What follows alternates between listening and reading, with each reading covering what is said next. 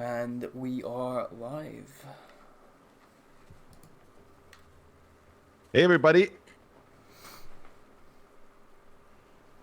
Hey guys, before we start the whole thing, I think I can hear the Twitch thing, but it would be good if we just get a quick blast from you folks on like, can you guys hear us? Is the audio good and so on?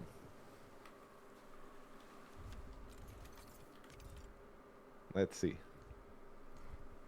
Is everybody saying audio good? Yes. Corey, can we also maybe hear from you real quick? Yep, hey, I'm Corey. Been working at Moon now for about a year and I do QA stuff, so if anything's broken, you can blame me because I've not tested it properly. But yeah, that's about it. Okay, so we're getting loud and clear and so on. Guys, so welcome to our second Q&A stream. On the first stream, we had this whole situation happening where I was playing and talking and thinking, and I didn't really enjoy how I played there. I didn't play basically in the best way. So today we introduced Corey. Corey will be playing for us. Just so everybody knows, we will be playing still the live build. We have a Wicked Insight coming up where we're showing everything regarding our co-op update. And a lot more, but that will make it a lot easier today to make sure that I can answer questions properly and so on, and we can go through everything. Before we dive in, I really kind of like wanted to bring up kind of like the elephant in the room. Let's make sure that everything is good for everybody.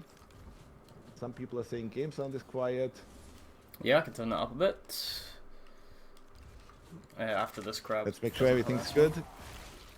So I guess there's always a little bit of setup here that we can't really test beforehand. So let's see. Are we good? Check if this is good. Mic a bit closer. Okay. Yes, I'm trying to speak into the mic, guys. I will do my best. How are people saying it's good? Everything's saying we're good. Okay. So, elephant in the room is co-op. So, what happened recently, right? We released the breach, and the breach refined, and obviously we promised, hey, the next thing we're doing is co-op.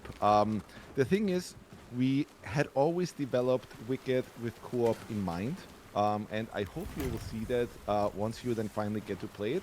And I wanted to spend the first couple of minutes really just talking about our philosophy behind co-op and multiplayer in general in ARPGs, and specifically also for Wicked. So let me actually do that real quick and tell you kind of like how we think about it. So the way we approached it is we looked at basically, it's basically the same design thing that we always do, right? We looked at, well, what are the experiences out there? What has already been done? And what are the experiences people have right now? And how could we improve upon that? Simply because that's always what we are trying to do, right? Like with Ori, we made Metroidvanias and we asked the same questions, like how could we make that thing better, right? And we did the same thing here. But in order to properly explain that, I want to look at the past real quick. So when Diablo came out, Diablo 1, Diablo 2, etc., the multiplayer model that you had there was basically a fairly, I don't want to say simple, but a fairly straightforward host and guest model, right? So what happened normally, and that then was taken over by basically everybody for the next 10, 15 years or so, right?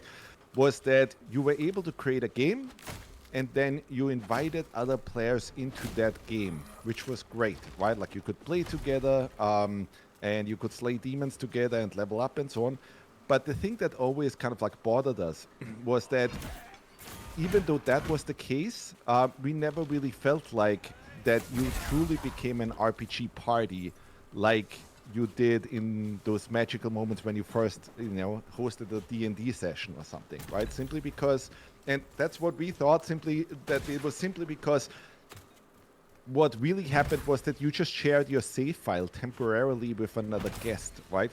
So you could temporarily invite someone, and then after that was done, They would play their save file, and you would keep playing yours, right? So to us, it never really felt like that, that camaraderie or that the idea of like building a fellowship and so on. That never really came across. Then what happened with more modern ARPGs, right? What was the way that designers tried to solve that problem was that they started streaming random players into your game. That solved the problem to a certain degree in terms of like, hey, even if you play alone and your friends are not there or something, that other players are there and you don't feel quite as lonely. But I think what happened there really, after you played that stuff and experienced it is that in those modern ARPGs, you are seeing more players being streamed into your world, but you still feel kind of lonely. And I think it's a similar phenomenon that happens with social media, right? Where it's like, hey, on social media, I have tons of friends, but, you don't really, right? And so then we looked at all the other experiences. We obviously looked at MMORPGs, all the way back to Ultima Online and so on, and, through World of Warcraft and all of this kind of stuff. And we liked a lot of what happened there because in those games you shared a world together, right? So automatically what that meant is that you started caring about your clan members, and community meant a lot more than in typical ARPGs, right? But the problem that we always had with MMORPGs was that massively component. You basically played on a server with 10,000 other people. So what automatically happened then was that you could never really become the hero of that server, right? It's great if you kill Arthas, right? But then so did 5,000 other people on the realm that you were on, right? So it never really felt like you could have any meaningful impact on those realms. And then there's the Souls-likes. So basically what happened with Souls is that they introduced some interesting mechanics where you basically were able to stream in other players so that they could help you with your game, so that they could, temporarily jump in and so on. But you had the same kind of issue there, right? Where, hey, I defeat a boss with other players, but then they immediately get kicked out of my game, right? So again, we feel like the same thing happened there, where it never really felt like, hey, you're, really becoming this RPG party. You're becoming this fellowship, right? That really plays through the game together. And we always felt like that's what people really want, right? Like there's even like some crazy people that built a co-op mod for Elden Ring and so on. But it was never fully supported in the way that, like, from the developer side, right? In the way that we thought would make a ton of sense. And by the way, guys, I'm not kind of like watching Corey right now. I will do that a little bit more. So I hope he plays in a very entertaining way. Corey was also the person who uploaded the first hardcore playthrough. Within like 4 hours, he bashed through the entire game in hardcore. So I think he will play quite well. But let's go back to the multiplayer thing. So what we really tried to do with multiplayer was to combine the best of both worlds, right? To try to get all this good stuff that was established in ARPGs, but then also get the really good stuff that was done in MMORPGs and basically combine that. And the only way we saw that working was by basically giving players a persistent shared realm. So right now, when you play Wicked, you have to create a realm. And that goes back to what I just said about Wicked from the start was created with multiplayer in mind. By the way, that does not mean that you will not have fun anymore in single player once we release multiplayer, right? Like, we always also made sure that, hey, a lot of players will never play multiplayer. That's okay. The single player should, always be totally fun. We don't do things like, hey, in this dungeon you can only advance if, you have multiple players and so on. But there should still be meaningful interaction. But basically, what the persistent shared realm means is that right now you only play single player realms. Once you invite other players, once multiplayer launches, once you invite other players, you get a little pop-up and it asks you, hey, if you really want to turn your realm into a shared realm. And then the nice thing that happens, and we're quite proud of that, is that becomes basically like your own private server. A lot of games in the past have already allowed you to do that, right? Like you can, or you were able in games like Terraria or Minecraft, I think, and so on, right? Like you were able to create a private realm, but you needed to get a PC, set up some executable, and it wasn't straightforward, right? It was kind of like clunky to do, but it was a good way to kind of like for people to jump in at all times, right? Even if the host is not there. So what that means is that I think the best way to kind of like explain what we're doing with Realms in this coming update is that we are basically doing the same thing that Minecraft does with their realms, but we are not charging you for it. So it's completely free. Having a persistent online realm, you will not have to pay a single cent for it.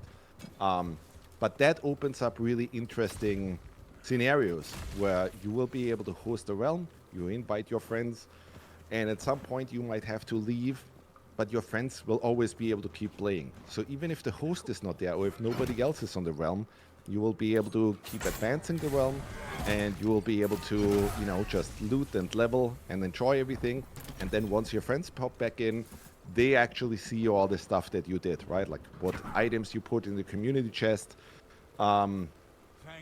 what house you bought, what changes you made to Sacrament, project, like resources that you contributed to Danos and all of this kind of stuff. We think that makes a huge difference. And we think once you will actually play, you will notice that difference. Because I just on Monday ran a playtest with my best friend, with the friend that I actually played games like Secret of Mana together when I was like 8 years old. And it was quite magical because we played together in that way. Everything ran well.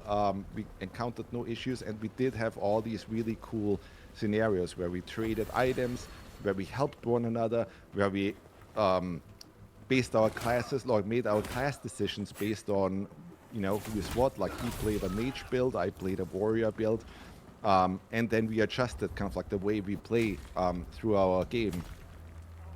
And then what happened is that he had to go offline, and we just got to the point where we, you know, like went into the tier 2 areas and didn't have iron tools yet and so on.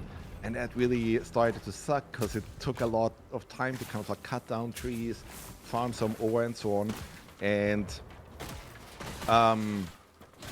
then after he left, I kept playing for a bit, right? And I started crafting all these tools for us and so on. I put that stuff in your community chest, and I literally just popped him a message on my phone saying, hey, all of this stuff is available for you now, and so, you know, next morning you can grab it, right?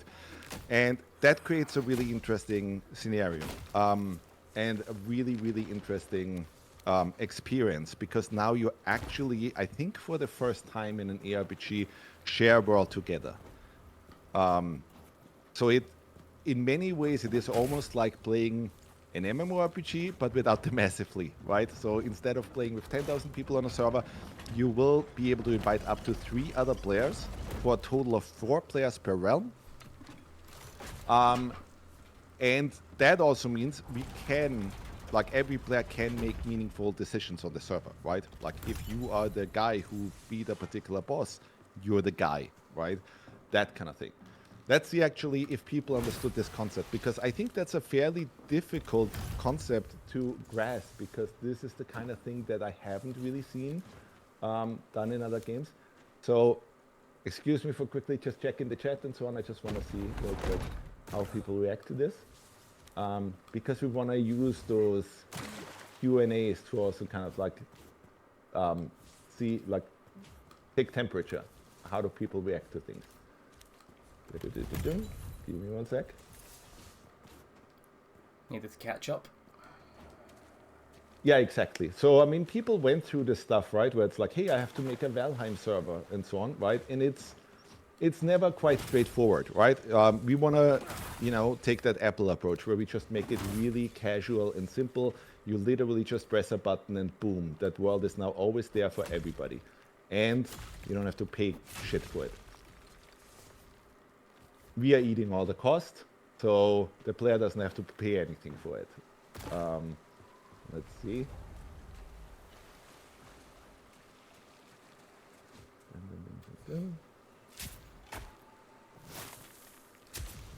I already see some funny names. Okay. We do have servers all around the world, but this is also why we will have a closed beta at the start, because we want people to basically just report things. If you get bad ping or something, please make sure you just report that, right? We'll make sure that we scale things nicely, so that, you know, what we ultimately want with all of this, and let's go into that as well, because some players were obviously annoyed that we did this ridiculous thing where we have early access, but then we do a closed beta within our early access period. But multiplayer is always really, really difficult to tackle, right? Like, you see that even with the with really expert developers and so on, they often stumble and don't really launch in a state that it should have launched. That is that we're all aware of error 37 and so on. So we just want to be extra careful that everybody, when we launch, hopefully, and I say hopefully, right, because you never fully know with multiplayer, but hopefully has a really good experience and we scaled everything the way we should have. Oh, is Mike closer? I'm trying, folks. Jesus Christ, chat is really fast, so let's see. How are you guys enjoying Corey's skills? Am I living up to your guys' expectations? You know, somebody that works at Moon can play the game.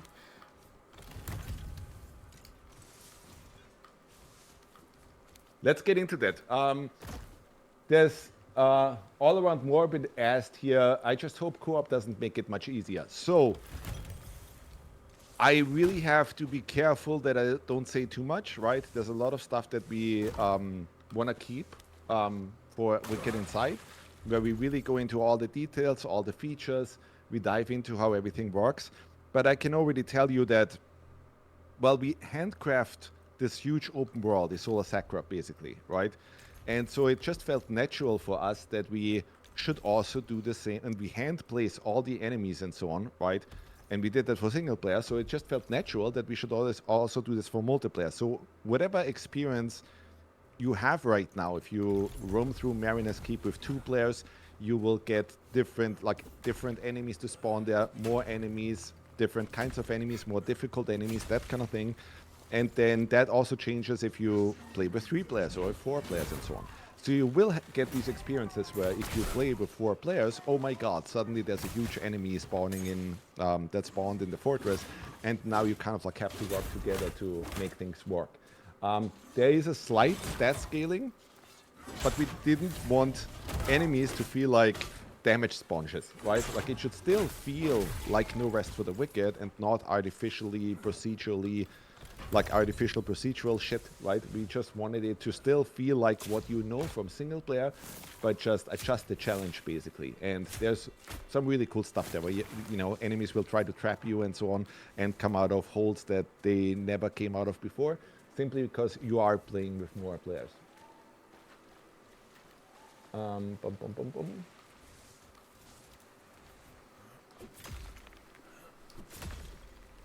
just checking chat real quick.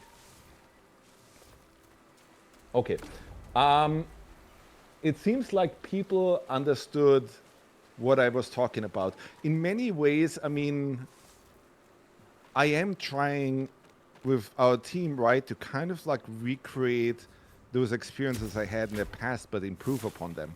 I don't know if people are old enough to have ever played games like Secret of Mana on the Super Nintendo and so on, right? But that was kind of like the first action-adventure Zelda-style thing that actually allowed you to play in multiplayer. And to me, playing that was kind of magical back then. But still, with Secret of Mana, you had this thing, obviously, where everybody had to sit in front of the console, right? And even back then, I always dreamed of this whole thing of like, hey, wouldn't it be cool if, you know, like, I played the second character in my thing, right? Like, I played a little troll lady, and I just want to level even if my buddy isn't around, and then I want to surprise him with, hey, I'm already like 3 levels higher, and I did this and this and that, and I already upgraded our weapons and so on. And now, whatever, almost 30 years later, we finally get to realize that vision. So that's the whole idea. Let me jump into the other stuff that we prepared.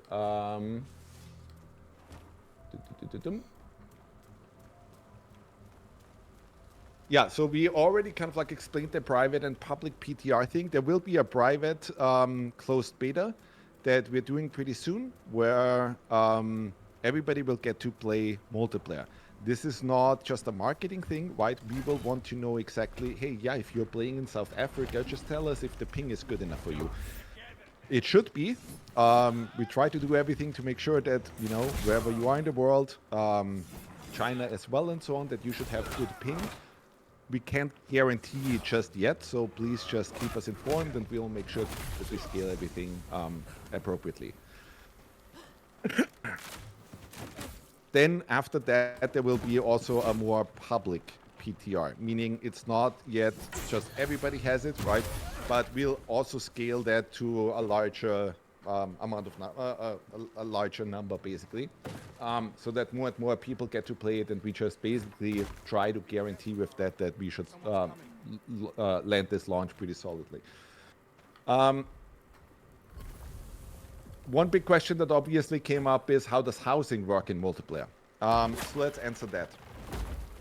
That's another whole thing. So I just played a playtest recently with 3 players, and the way we scaled the economy, and by the way, guys, there's many changes with the co-op release, right? Co-op does not just mean, hey, you're playing Breach Refined, but with co-op tagged on, there's more changes. Ari just told me recently that we committed to our code base from the time of, you know, Crucible to Breach Refined, or to the Breach update, right? We actually committed more stuff and made more fixes and so on in the current period from Breach Refined to now, basically. So there's a ton of stuff that has already changed. And a lot of the things, obviously, we look at the forum all the time. We look at Reddit. We look at the Steam boards and so on. And we're just trying to perfect. So again, same thing. If you get to play the multiplayer, this also has a lot of systemic changes in there, and we'll want to hear your feedback, right? Let's see how you guys like what we came up with. Let's get back to the housing. So the housing permissions, we played this 3-player session where it was interesting because we scaled the economy in a way where buying a house early on is really expensive, right? Like you have to pay like 30 silver or something for the house that you want. But we introduced a whole permission system for co-op. So basically what that means is that if you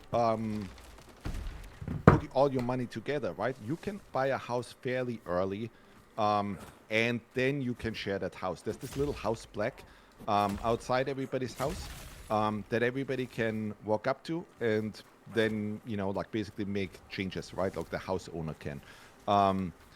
And that means that one person can buy a house and basically give permissions to everybody else, right? And this way we were able to share a house. We entered the house, just put all of this, all of our stuff there and so on. And then the other thing that we did is we also put the permission system on every single container that we have, meaning every chest, every cupboard, everything, so that even if you share a house, you could still organize things so that, you know, people can steal your stuff.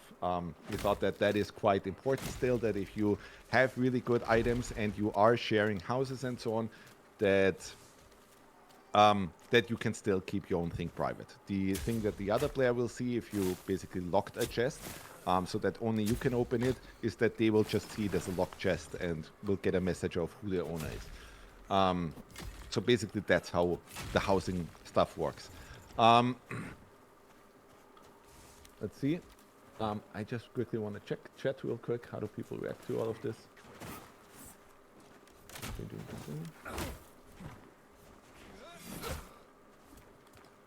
Because I'm gonna go through it in order, so if I didn't answer something yet, then I probably will by the end of this, and if not, then you can still throw your questions in, and we will see if we can answer everything.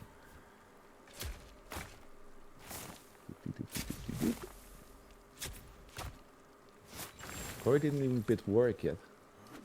Nope. Just having fun, you know? If you want me to start speedrunning, though.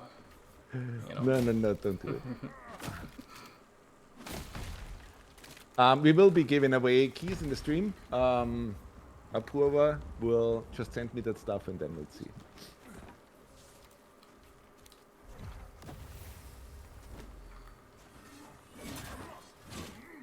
Okay, let's go over the next question, the next thing that was asked. And obviously the class system comes up a lot. So let me dive into that as well. Just so for everybody who wasn't up to date, I'll just give you a little bit of an update on the class system. So basically the design issue that we saw that we wanted to fix, it's not necessarily a huge issue, but it was one of the big heart transplantation things that we had to do, or that we still wanted to do before we ship 1.0, is that the leveling experience, we initially started with a system that is very similar to things like Fallout and Dark Souls and so on, where once you level, hey, you put a point into attributes. Meaning, hey, you can put a point into health or strength or stamina or focus or equip load and so on. And then through that, you're basically creating your build. But after we saw how everybody played Wicked, and you know, we played a crap ton of it ourselves, right? Like a lot of kind of like issues became apparent to us with these systems, and these issues have never really been solved with attribute systems, which means that, for example, with attribute systems, usually a lot of times what happens is that if you're like, first of all, players often don't want to spend their attribute points, right? Because they do not know at the start yet what makes for the best build, right? So that often leaves them in a kind of like dire spot where they just don't know yet what is efficient and so on. It's not necessarily an easy concept to understand for someone who's not already familiar with systems like that. The other thing that we're seeing is that it generally in design does not give us the amount of flexibility that we wanted, right? So basically in any attribute system, what you're usually doing is, if you break it down design-wise, you're really just upping the numbers a little bit. Meaning, if I put 3 points into health, cool, now my health goes up by whatever, let's say 10%, right? But that is literally all you're doing. Then you have other systems like lock systems and so on, where it's just, hey, and in order to equip this weapon, I need to have X amount of points put into strength, for example, right? And what we ultimately wanted to do, and we saw that in, you know, we got inspired by games like Final Fantasy Tactics and so on, was to going to like basically introduce a system where that would allow us to keep our soft class system. That's another thing to clarify, because when people hear class system, a lot of times they're thinking, well, Diablo, right? Where it's like, hey, once you pick a barbarian at the start, you will always just play barbarian, right? And that's not the system that we're going with. The system that we are going with is still a soft class system, meaning that it is based on your weapon. If you pick a dagger, you will play an assassin. If you pick a greatsword, you're leveling into a knight and so on. Every class has a certain number of traits, and every class has weapons and runes and so on assigned to them, right? In order to get runes, to be able to extract them, use them on everything and so on, you have to master the weapons. That's at least like the current implementation. We're still debating this a bit, but you gain SP right now, skill points basically, every time you defeat an enemy and so on. That is what you buy your traits with, and traits are basically replacing that leveling experience that you normally have, where if your character levels up, boom, now you have a now you put some points into attributes. We're kind of like merging all of that together, right? So that every time your character levels and you gain enough SP and so on, you can put some points into these traits. And traits just allows us to do all this kind of stuff that wasn't possible before. Meaning we can put in traits where it's just, hey, you might want to use the traits from the assassin on, let's say, the squire build or something, right? Where, if you find yourself backstabbing a lot, some of these assassin traits might be really fun for you, right? That kind of thing. Traits can be interchanged between classes because ultimately what we want is that people, we want to see it as hey, we give you the tools, but we don't want to constrain you that much. We are giving you certain guidelines where we say, hey, if you want to play a paladin, here you go, right? This is how Moon Studios, the designers, have prepared the paladin. Here's the kind of weapons. Here's the runes that you can use. You can mix and match that. But ultimately, it should be up to you because you can mix and match. And at a certain level, right, of options that you give the player and so on, the math just becomes kind of crazy. So the amount of builds people can come up with by just mixing and matching and combining things and so on becomes pretty crazy. So that's the system that we are going with. That's the system that we implemented right now. That's the system that we're testing. And there's a ton of good stuff that we already saw in playtests now, right? So one of the things, for example, I'll highlight something that I think I would see as a negative right now. One of the things that we're constantly seeing is that players defeat a boss and get lucky enough that a really good weapon drops, but now they can't use it because the weapon dropped and needs certain attribute requirements that you don't actually have, right? So, you play a mage, you kill a boss, and a greatsword drops, and oh crap, I don't have enough faith or I don't have enough strength. So at that point, the loot is kind of whatever for you, right? With the class system, that obviously does not happen. What happens there is that it's still a weapon that you could use. You just switch to it, you can always equip it, and now you're leveling into that character. And that's just automatically making the itemization more interesting and so on. You can mix and match everything, etc. And you don't have to respec anymore. Let's check real quick if people understood all of that and how they feel about it. You don't need talent resets, simply because you can mix and match traits at any point anyway.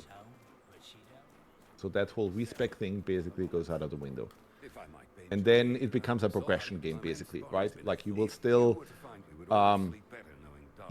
have to spend quite a lot of time on actually mastering the classes, right? I think it will be very interesting to see who will be the first person who masters every single class that we have prepared.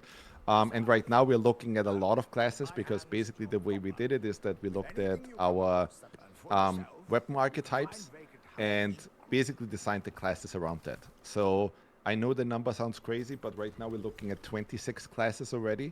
But that, should give people a good amount of variety to actually, of classes to play and to level. Let's see. Yes, there will be quite some crazy classes. So don't worry, and we'll definitely introduce more and more stuff. Sounds good. Dum, dum, dum. I must pay a visit. Think you're up for chasing down a few bounties. I told Elbert Ori, what's your plan? Gonna do some bounties. I am wondering what weapon I'm kind of gonna use here, because we got a corpse smeared blade, so maybe I'll use that. I'm not sure yet. We could get some feedback from people. What do you guys want to see Corey using to play through? Yeah, let me know. I don't have chat up at the moment, so. Will there be classes that only work in co-op like healers? So we won't have classes that are only useful in co-op, but we will have healing classes and so on. Like the cleric, for example, is a class that we are supporting that obviously will have a lot of kind of like heals and buffs and that kind of thing. I get this question a ton. I don't know why. What's my favorite weapon? Guys, I'm the guy who actually sets up all these weapons. So what always happens to me is that the last weapon that I set up is the one that I like the most. And so it always changes. I have a favorite weapon. My favorite weapon What's your favorite weapon? Summer Sting. It's my favorite weapon. Great sword. Mm-hmm. I'm still very partial to all the ones that I set up for Breach. So There's lots of fun weapons. yes, there's a ton. Yes, weapons are tied to classes. So your class basically automatically changes based on which weapon you pick. And we did that specifically so that you don't have these annoying interactions where it's like, hey, I found a really great weapon. Cool, now I have to teleport the sacrament. Now I have to change my class and then go back to the area that I've already been to and so on, right? So we basically just automated it for you. And it kind of like also makes logical sense, right? Like if you use daggers a lot, obviously you would become better at wielding daggers, right? So it's quite nice the way it worked out. Did people say what they want to see weapon-wise? Any preferences in the chat? Yeah, but lots of different things.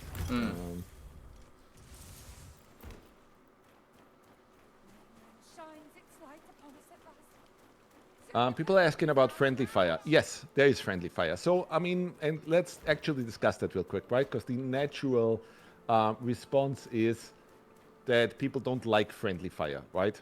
And I get that. But Wicked is a precision action RPG. It's very Souls-like in its in the way it works, right? So what doesn't work, what really didn't work, and we tried this before without friendly fire. What didn't work for us was that when friendly fire was off, the game basically became a thing where it's just every player would immediately mush into the enemy that was on screen and just wield everything, and AoE blasts off and so on. And we ultimately are making a game where we try to get away finally from that whole zoom gameplay that you see in other products, right? We are trying to make something where you have to think, where you have to be tactical and strategical and so on. And the same has to be true with multiplayer, right? Like we want people to communicate with one another. We want people to talk to one another and say, guys, I'm blasting off Armageddon, right? Like get out of the way. And then the whole spell comes down and everybody has to react to that and so on. What you don't want is that it just becomes a mess, right? Of explosions on screen and so on. And it's just, you know, like you still want it to feel like, you know, hey, your entire group has to work together and has to really take care of one another.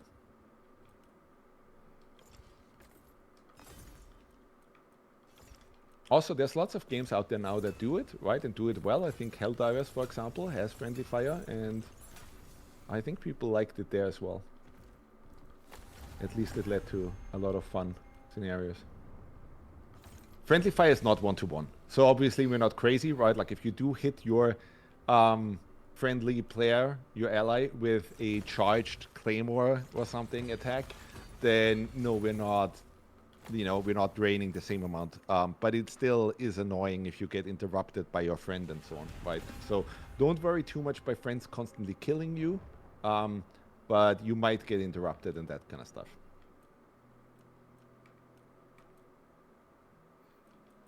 Okay, let me actually go over the questions again. Let's see what we're diving into. And guys, feel free to give Corey some suggestions. He's quite hardcore. Corey is the guy who literally plays the game, whatever, 10, 12 hours a day, and who tells me about all the kind of like balance things and so on. And more in my off time as well. So he knows Wicked extremely well.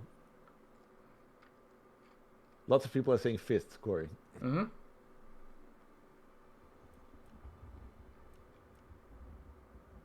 We can try that. If I actually get a fist weapon, I'll get one from Alharia.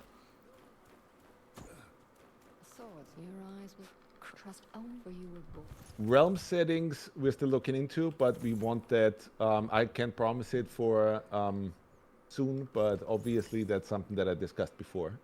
That would be very fun if you could set up the realm exactly like you want, especially with co-op and multiplayer and so on. But let me go back to the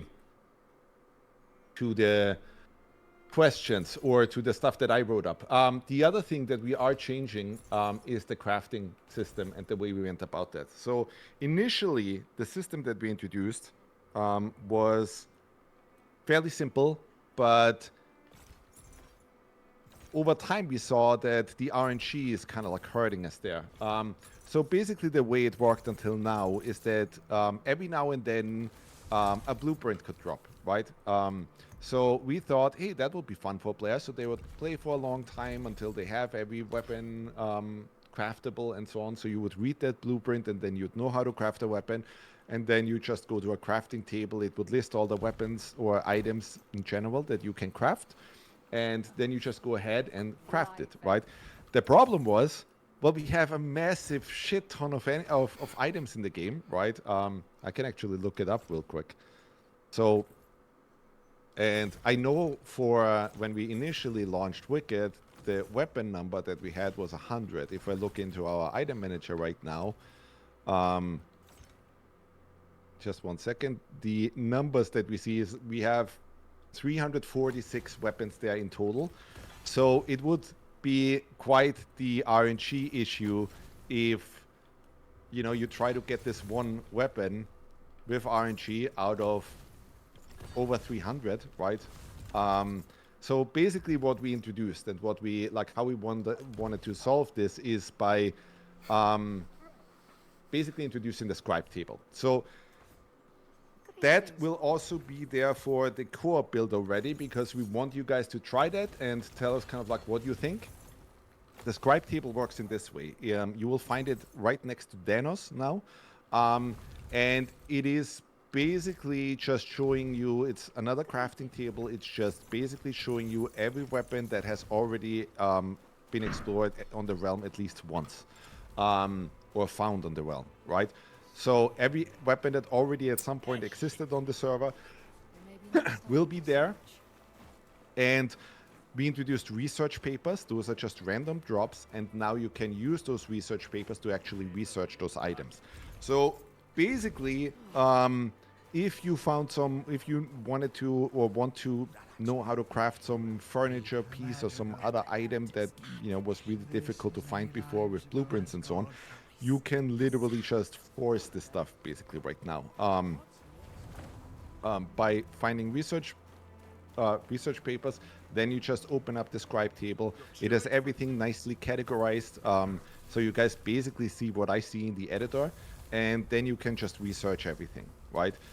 That also obviously has been designed so that it works hand in hand with our class system, because you might, you know, not want to wait for blueprints to drop in RNG if really all you want to do next is, hey, I'm playing the assassin class, I just want to research the next dagger, right? So we made that quite straightforward.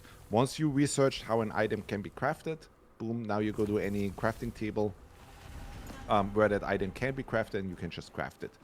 So that makes it a lot easier and way nicer. Let's see how people are feeling about everything.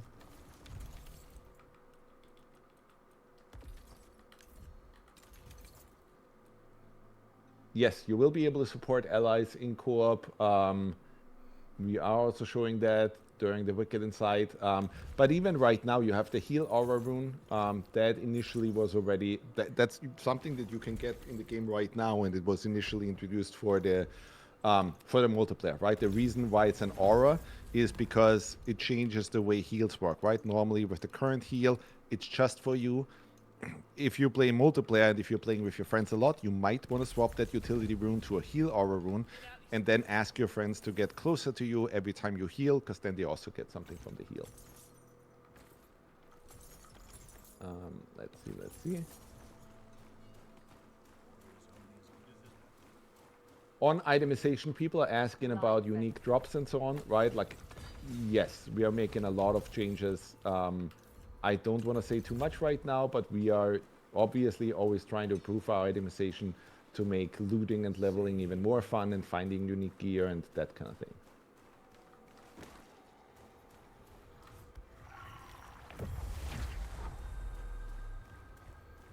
There is lots of changes to core systems. Again, Wicked Insight, we will show a lot of that. Let's head back to the questions real quick.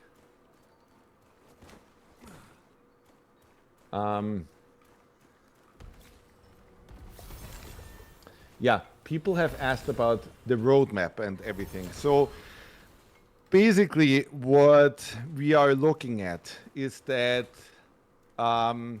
obviously, even before Breach and all of this stuff, right, we had worked on Wicked for quite some time. There were always areas that had already been designed, we just didn't get to finish them up.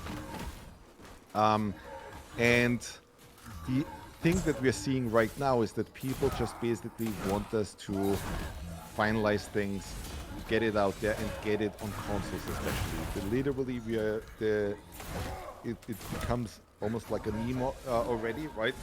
But the thing that we're seeing a lot, we're literally getting just spammed every week with questions of when is the game finally hitting 1.0 and when is the console release?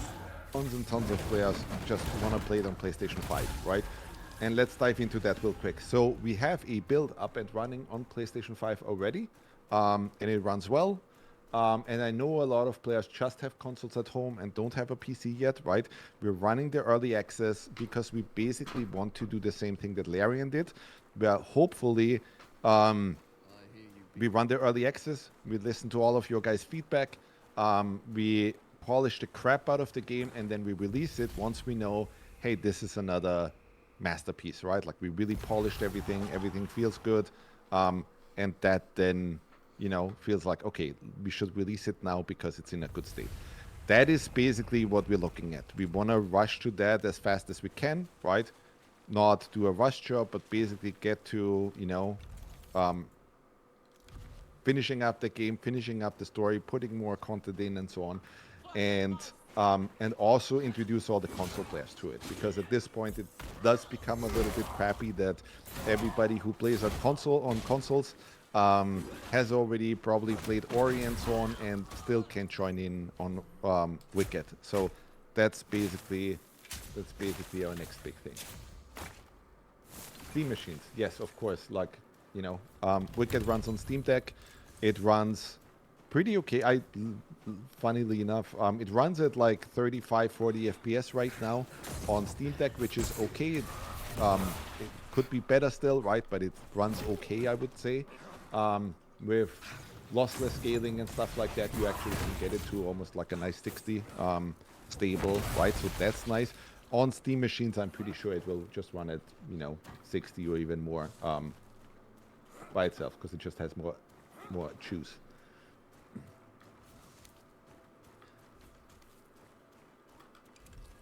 People ask about soundtrack release. I will leave that up to Gareth to announce, because Gareth Coker is our composer. He's very busy at work on all of the stuff. Like, some of the stuff is fucking crazy what we're doing right now.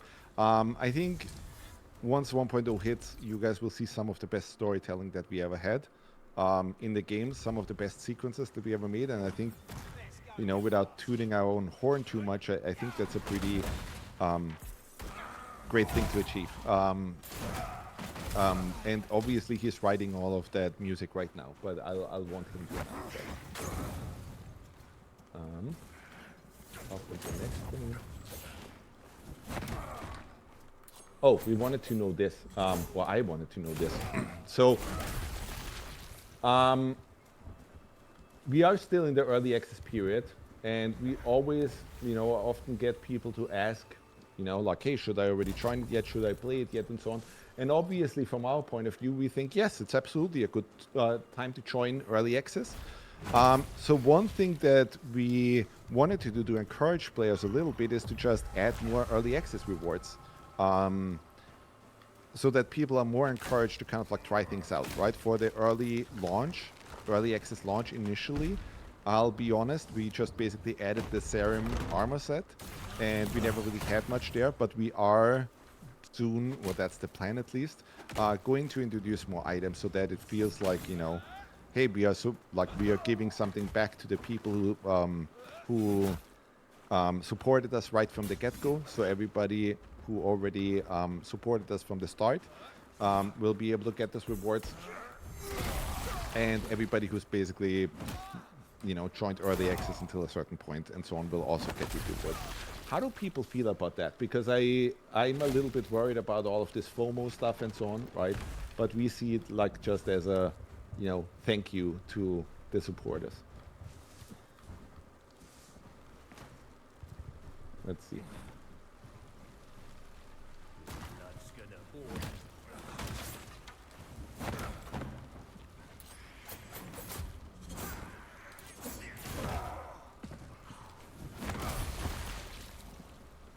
no, those are straight up rewards that you can get from Randolph. You don't have to craft them. But it looks like people are okay with us throwing some more rewards in. So that's good. Achievements, obviously that is coming, folks. But at 1.0, so not before that. Yes, there will be more Easter eggs. And farmers, and sends them to the slaughter.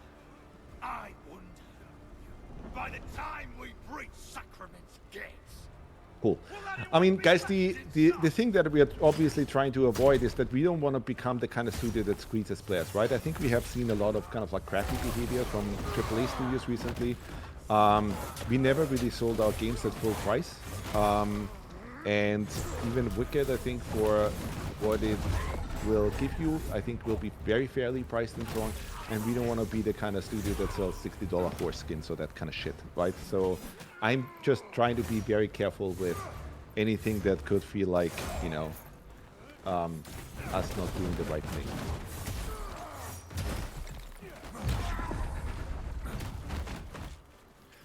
Your serum armor and any early access reward that you get will always be like assigned to your account, basically, right? So even if you start the full game and so on, you will always be able to claim it. You're fighting for a dead man. Let's see. By the way, I just wanted to mention one thing. You were speaking about the value of the game and if people should buy it yet. I played this game before I actually started working for Moon, and I played it for 150 hours within 2 months or something. And I still play it on my, you know, my time off as well. It's definitely worth it, and that was back then. Now we've like doubled the content or something.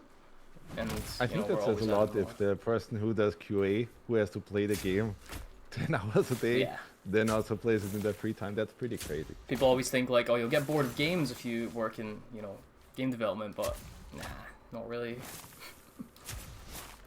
I mean, I'm the same. I just played it with my best friend, right? And it's just so enjoyable. I think with the class system, it'll also be even more interesting because there's just a... To some degree, there's also... Like, I'm a little bit worried about this thing because the class system does introduce a, you know, fill up the bars kind of thing, right? Because ultimately you're being presented with like 26 classes and like, have you mastered all 26, right? But... I also just, to research, right, played Final Fantasy Tactics a lot. By the way, came out recently in a remastered fashion. You guys should all play it. It's one of the best games ever made. And I just enjoy that stuff. I just really like it, and I think that'll add a lot of replayability for players. Let's get into questions that were sent in, actually. There's a lot of other stuff that I have on my list that I would love to bring up and kind of like take temperature on, because there's still like we're in construction mode right now, like we're still throwing stuff in and so on, and polishing and so on. So I would love to know how people react to certain things. But let's actually see. So first question here that I have was from Chris Dibley on Discord. Oh, all the questions, by the way, were picked from Discord and they were voted on by users. We just literally did a thing where we just, you know, picked the most voted ones and like listed them up and so on. I'll read up the usernames and the question that they asked and then kind of just answer it. So Chris Dibley asked, I love the beauty of building up Sacrament, but how far are you going to take rebuilding the town? I.e., will we be able to romance other NPCs? How will farming work if it's still coming? And will Sacrament's full completion impact the story in any way? So, obviously, we want to do a lot more there, right? Like, if you played Breach Refined, at some point in Act 2, basically, the Danos project stuff starts to run out, right? Like, and that's literally just because, hey, we don't have the tier 3, 4, 5, 6 items and so on in the game yet. So that'll last a lot longer. And then obviously we want to add a lot more projects and so on. Recently on Discord, people asked me if we still intend to kind of like have Danos projects for Isola Sacra. I'd love to do it. We're kind of like in the state where we have to lock things down and like see, you know, because we want to ship at some point, right? But there's a lot of things planned for rebuilding Sacrament and giving players more choices there. and making that really, really cool. I really like the Danos project thing. I know there's always been discussions about the timers and like how long things take and so on. And by the way, that's another thing that we tweaked a little bit. But yes, there's a lot of stuff that we want to do there. The farming, I explained it before. It is pretty simple. It's still coming. It's still very much planned. And basically what happens at 1.0 is that Sacrament becomes even bigger. A lot of the places that have been locked off for now in Sacrament will not be locked off anymore. And those places include all the farmhouses. So it's very much like Stardew Valley in that sense, where you just basically build, like buy a house, kind of like more on the outskirts of Sacrament is where they're usually located. There's one kind of like overhang in the cemetery as well, and so on. But you'll basically be able to purchase farmhouse, and what differentiates the farmhouses from the normal houses is that they have farmlands. So basically plot where you can, do your thing. So in the tools, we have watering cans, for example, and hose, right? So you need to first plot your land. Then there's Willem, the farmer. That'll be introduced in Sacrament. You first have to, like, we have a little NPC quest there where you first have to rescue him from the Black Trench, and then he will be in Sacrament, and he will sell some seeds to you and that kind of thing, right? And seeds will basically become random drops. Then you just basically do your Animal Crossing Stardew Valley kind of thing, where you plot your land, put seeds in, make sure that stuff is watered, or hope for a rainy day, which is also nice. And then every time you come back to the game, you're basically seeing your crops have grown and so on. And either you sell it and try to become a rich farmer, right? Or you actually use that those resources that you gained there to, make food or that kind of thing. The next one by Ardam Monov Alexander. By the way, I'm very sorry if I butcher these names, but sometimes they're not easy to read. Ardamonov Alexander asked, will we see snow in Sacrament for Christmas? So I said that recently. I'd love to see seasons, and I don't mean ARPG seasons, right, necessarily, but actual seasons in the game. The problem that you always have with ARPGs is that we are trying to make every area feel very different, right? So there's this whole Frozen Peak section in the game that is basically snowy at all times and so on, right? And it would be kind of not that cool, right? If you go to any forest in the game, and if it's autumn, well, they all kind of look the same because they all look like autumn forest. But it is a really cool thing that I'd love to see at some point, but it has to be done well. It's not on the table for 1.0, but we'll see. He also asked about events. That is still planned, so I'd want to do more of that, right? Like, I do think, and by the way, that would be cool to check in the chat real quick. How do people feel about events? Because that also, Chris Wilson, actually, from X Grinding Gear, just had a really great YouTube video that he released where he talked about dark patterns. And that could potentially fall into that, right? Because usually the way events are done is more for like FOMO purposes and so on. And I'm wondering how people feel about that. Because I do think events are cool, but it could fall a little bit into that. And let me just explain what events are. They're just basically like, hey, a certain thing is happening in Isola Sacra right now. Log in and, take part of the event, and you get some exclusive items and that kind of thing. Let's see. Some people say too much FOMO. Lots of people say yes, it's cool.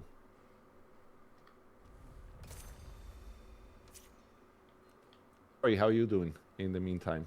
Yeah, we're just in the chat. rolling our gear up. We just got a ruby, so I'm gonna make this fire, and then we got the burn damage on the chest, so got some synergies going. While I'm reading the stuff, you could also just talk about your strategies, right? Like, how are you playing? What's your typical strategy regarding enchantments and so on to get OP quickly? Yeah, so in this current build, plague items are really strong, but you do need to put a lot more effort in to get them. So you kind of want to go towards them if you can, but blues just, they work right out of the box. So every item's good, but I'm going to work towards some plagued items here.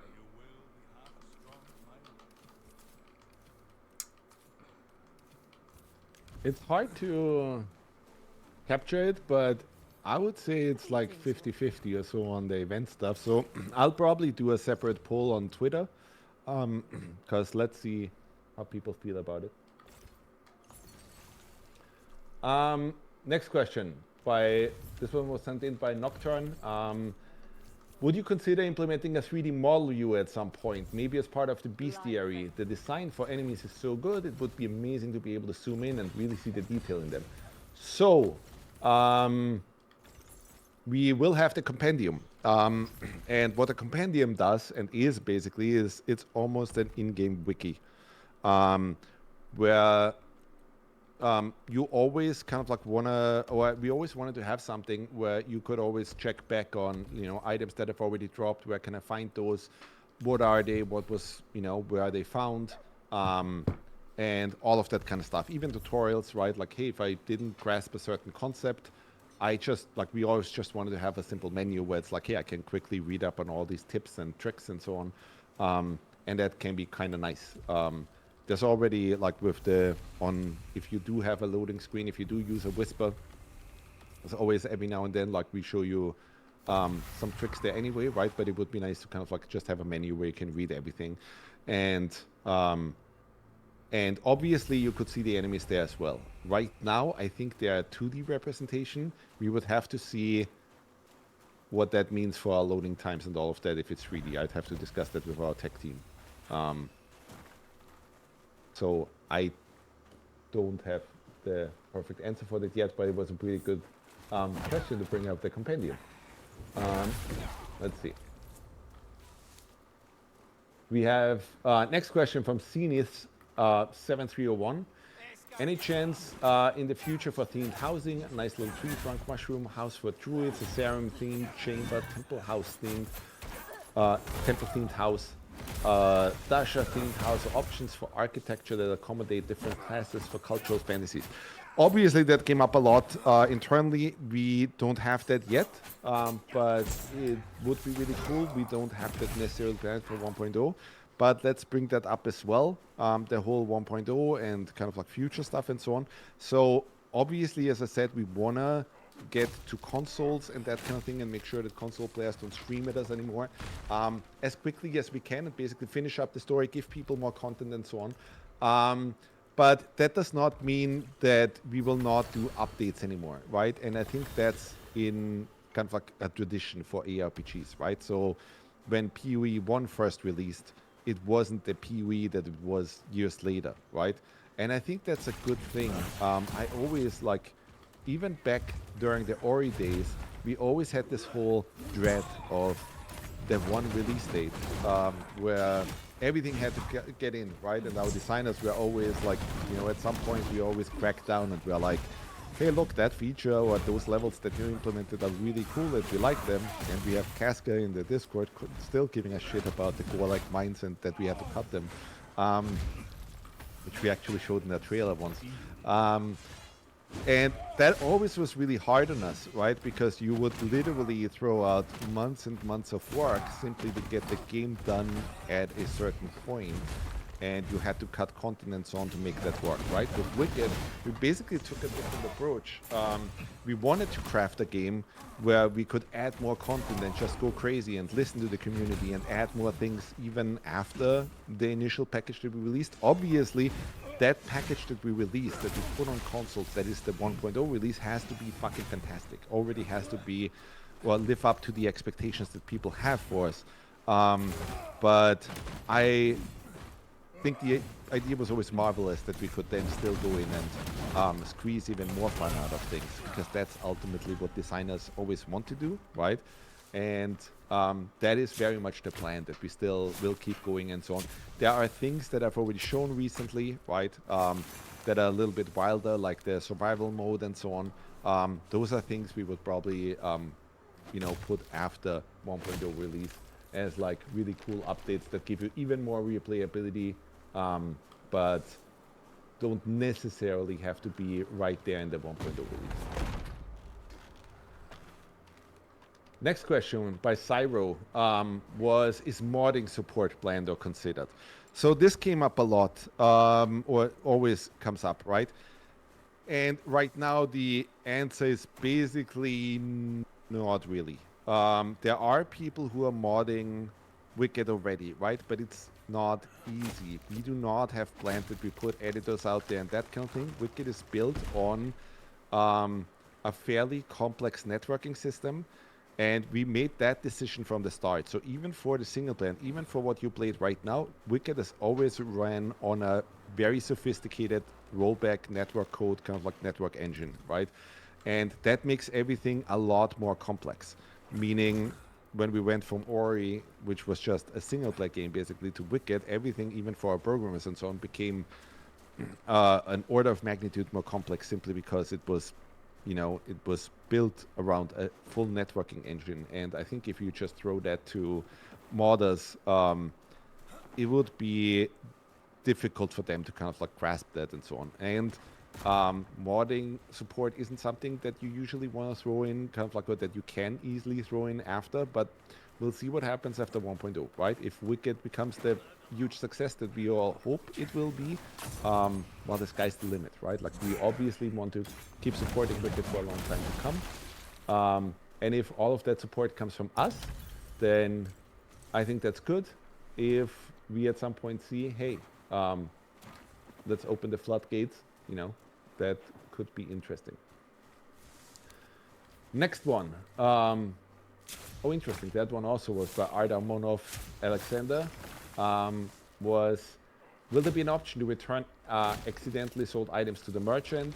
And will there be a feature to block items from being sold? So this comes up a ton. Obviously, we have not fixed that yet, even on our current builds. But we are... we have looked at this and have discussed kind of like how we want to do it, right? It's not that easy for multiple reasons, but we will look into that because we did get some reports from people that upgraded their items and so on and then accidentally sold it.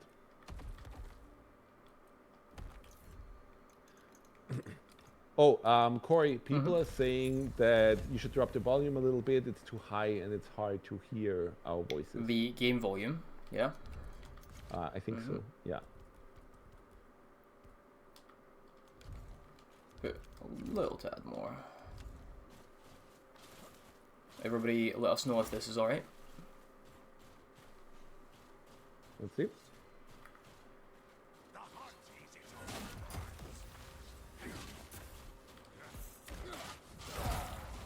This is my favorite helmet, by the way. I was so glad when we finally released this. Yeah, with the bird in the center. Shout out to Finley. Yep. Okay, let me bring up some other stuff, some more questions that came up. Let me say this thing, so that people aren't surprised once they get to play the co-op build. So one change that I recently made, and this isn't necessarily final yet, but I wanted to test it, and so it's in that build that you will be able to play, is that I streamlined parry, and I kind of like screwed Corey today with this because, I just got everybody used to the way it works now, and now today he had to play the live build where it was different. So we streamlined parry, and let me explain my reason and my decision behind that, was that until now we had parry on a separate button. And it was basically the only thing that ever did, right? But to me, parry was always kind of like a function of blocking and so on, right? Like it basically falls in the same category. So I changed it to, if you tap the block button, it will be a parry now. If you hold the block button, it will still be a block, right? And we did some fairly complex stuff there to make sure that you don't get accidental parries or accidental blocks and so on. But it's now basically streamlined into one button. So I just wanted to kind of like mention that and, make sure that, hey, people try it, give us feedback. There is a difference there now that some people, especially the more hardcore folks, might notice, meaning that parry is a tap move and not a on-press move anymore. So there's a couple milliseconds milliseconds of difference depending on how you play as a player, right? But just try it out, give us your feedback, let's see how people feel. Yeah, it might be a bit weird at the Yes, start, it's basically but similar to Sekiro. you'll get used to it. Yeah. That's the thing that we got, right? Like from our internal developers, at first people were like, oh my god, it's so different. Why did we do this, right? But then once people got used to it, they got used to it. And it frees up that button for LT, which we really need for really cool stuff that we have coming up. There's lots of changes on parry, by the way, anyway, because I had my fingers in it, right? And I wanted to kind of like, you know, perfect it a little bit. So yeah, please try it and let's see how we feel. People are asking about bow. Bows are different now. So bows are not offhand items anymore. It's another thing that I want you guys to try, right? We turned them into two-handed items. That means they're now fully supported weapons, so you can make archer builds that are fully supported. Where if you use a bow now, you don't have to hold LB and then have arrow always being assigned to the X button. Now it's literally just you press the X button to fire an arrow. And that's it. So basically all the archer folks will be, I think, quite happy about that. That also means that you can have now 4 runes on bows and not 3 anymore, where 1 was basically just the default attack and so on. So I think the ranged players will be very happy about that change. Okay, so we have those 2 things. Let me bring up a big one. So this came from me. It is something that I wanted to talk about because it might strike people as a bit strange. This is not gonna be in the upcoming core build yet. I will turn it off for now because it's not like I didn't get to time to fully polish it yet.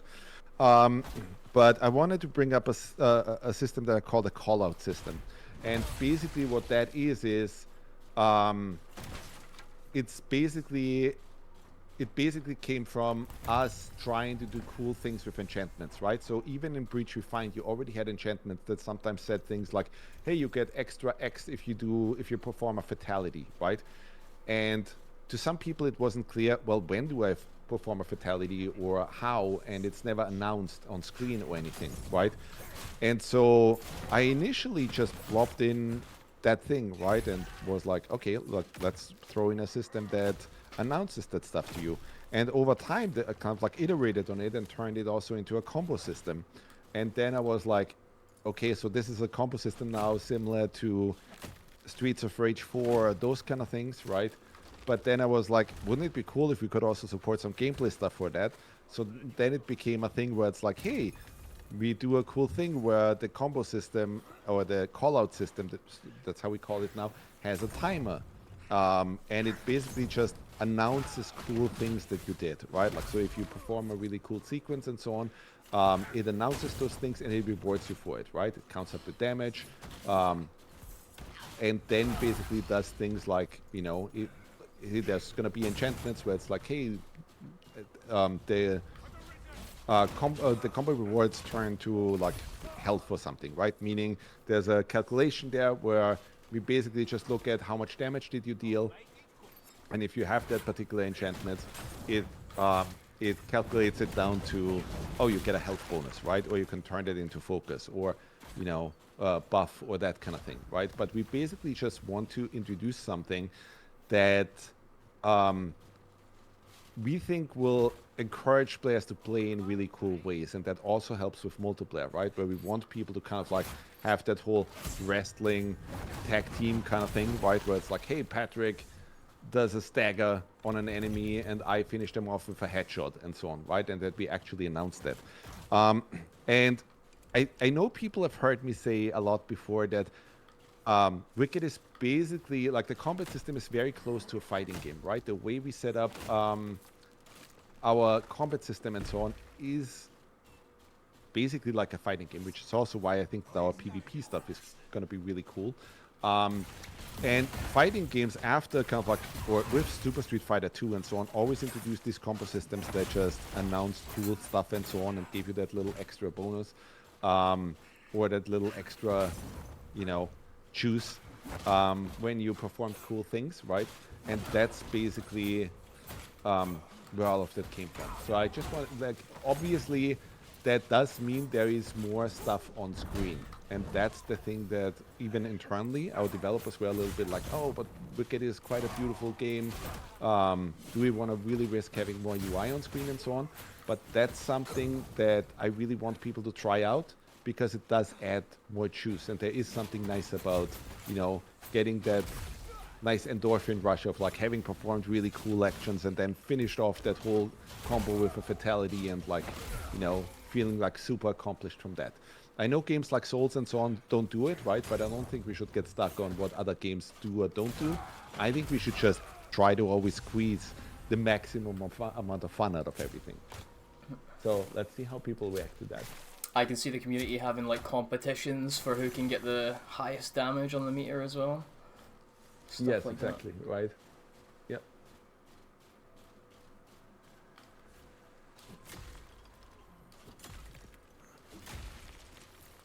Yeah, it's also to point out things like riposts and so on, or a rune ripost, or those kind of things, right?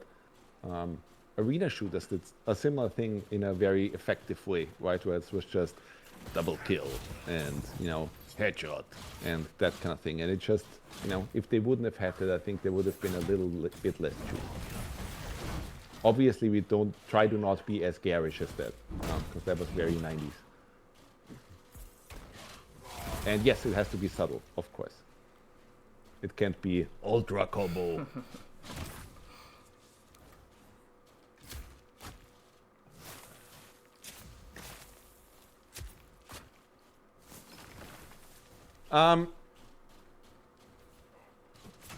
There are people are asking about loot and chest placements and so on. There's lots of changes that we have planned, but I would keep that for later, so that we have a more kind of a concise pitch. They'll see it soon enough. I think people are just marveling at Corey's Or skill. So. are people people give me some compliments, are they? Well, they like your helmet, so there's that. Well, that's all I need, to be honest. It's my favorite helmet as well.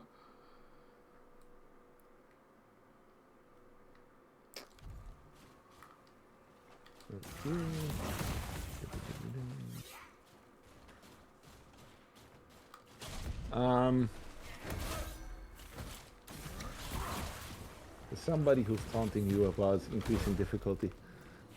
I mean, we can increase the difficulty if you want to. It was just kind of Let's let people vote. Yeah. Shall we increase difficulty? Let's see. Because people are always saying that Wicked is a really difficult game. How do you feel about that, Corey? It can be. It's like you can almost pick your own difficulty, a little bit like Elden Ring in a way. Like you'll see me pre-buff before bosses, but some people, you know, just don't want to do that. It's like the Skyrim thing where people hoard their resources, right?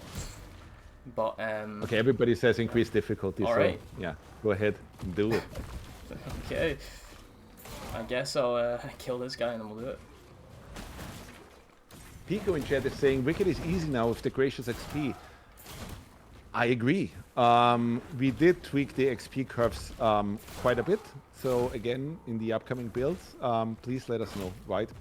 And mainly, we introduced a curve basically, right? Because I felt like, I mean, I played many times through now with many characters, and I always felt like there isn't enough of a difference between me leveling from something like level 23 to level 24, to how much time it took from like going from level 10 to 11 or something, right? And I do think as we increase, like obviously there should be quite a difference there, so that it feels more rewarding every time you get a level, right? And it really feels like, yeah, that was an accomplishment, without making it feel too grindy, obviously. All right, let's increase this difficulty. Yep, do it. More XP for me.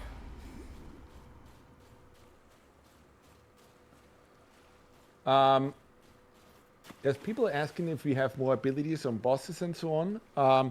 On harder difficulties, we are already introducing new behaviors and so on based on multiplayer. Obviously, we could easily flip that switch, right, and say, yeah, in single player, if you play hard, let's just let the enemies also do that. But for now, I just want to see kind of like how do people feel about that, right? Like once you play even just Warwick, right? Like if you play with 3-4 players and so on, you will suddenly see bosses perform things that they didn't do before, so that they can smartly react to other players and, you know, surprise you again. So we'll see.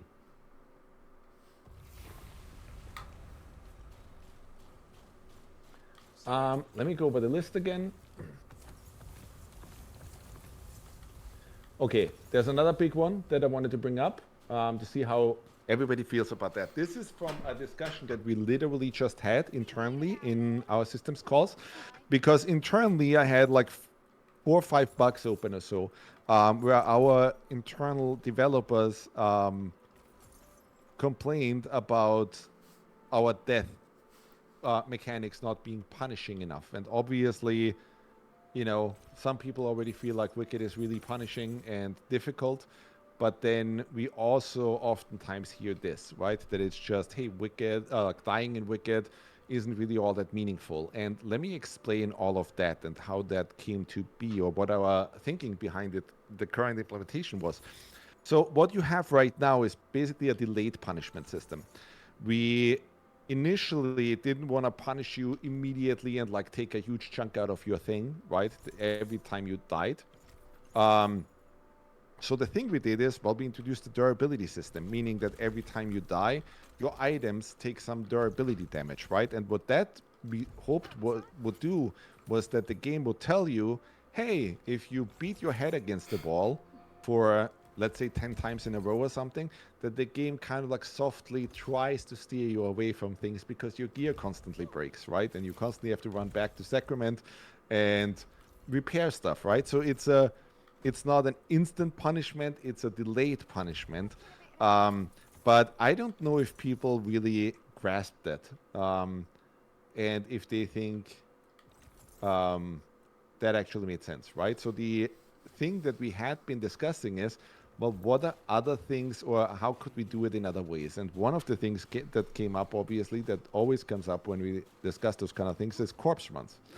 So we did initially, before we made that change with introducing durability and so on, have a system where it was basically a corpse run, because we looked at, you know, Ultima Online and Diablo and those kind of things, and, you know, basically took inspiration from there. And so we have a system that is fully implemented and ready to go, where every time you die in the last safe position that you were at, we basically dropped a bag, right? And that has all the resources and so on that you grabbed during this run. Meaning your equipment, or what you currently have equipped on your character, that would not change. And you're not losing that. You're not losing your food or your quick items or that kind of thing. So that, yes, you can make it back to the area that, you know, that you were in before. But, you know, it's a corpse run mechanic. And I would love to know from people how they feel about corpse runs, because there is good stuff about it, but at the same time, they're also oftentimes not that liked. Let's see. I think this is going to be one of the more controversial topics. Yes. It's going to be really, really split. But that's exactly why I like having that discussion, Yeah. right? Because those are the discussions you have to have. I mean, I'll be honest, from a developer's perspective, I kind of like the corpse run thing, and games like Hollow Knight and Silksong just now did it and so on, right? Simply because from a, you know, there is something nice about that moment when you die, that you're like, oh, but I can't quit now. I have to first get my stuff back. And then when you get your stuff back, you're already like, oh, but now I'm back again, right? And I want to, you know, go here now and do that and so on, that kind of thing. But there's lots of people in the chat saying they don't like corpse runs.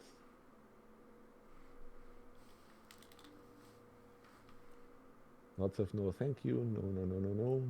No.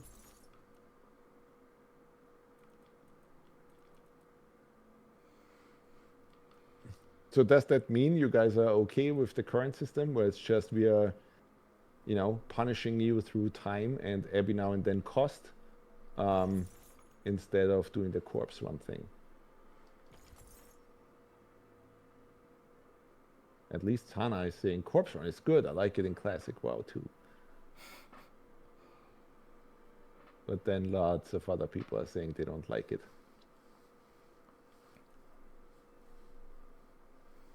And just to clear up, by corpse run you mean something happens and you need to recover something. It's not just you walking back to where you died.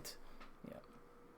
Yes, exactly. Like basically your current stuff drops and then you want to recover it, or you say, "Well, damn it, I didn't get that much cool stuff anyway. I'll just leave it be."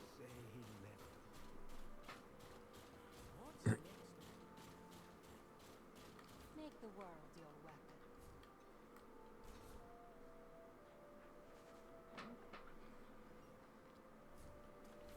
This dog is in the way of Eleanor. He really wants to be pet.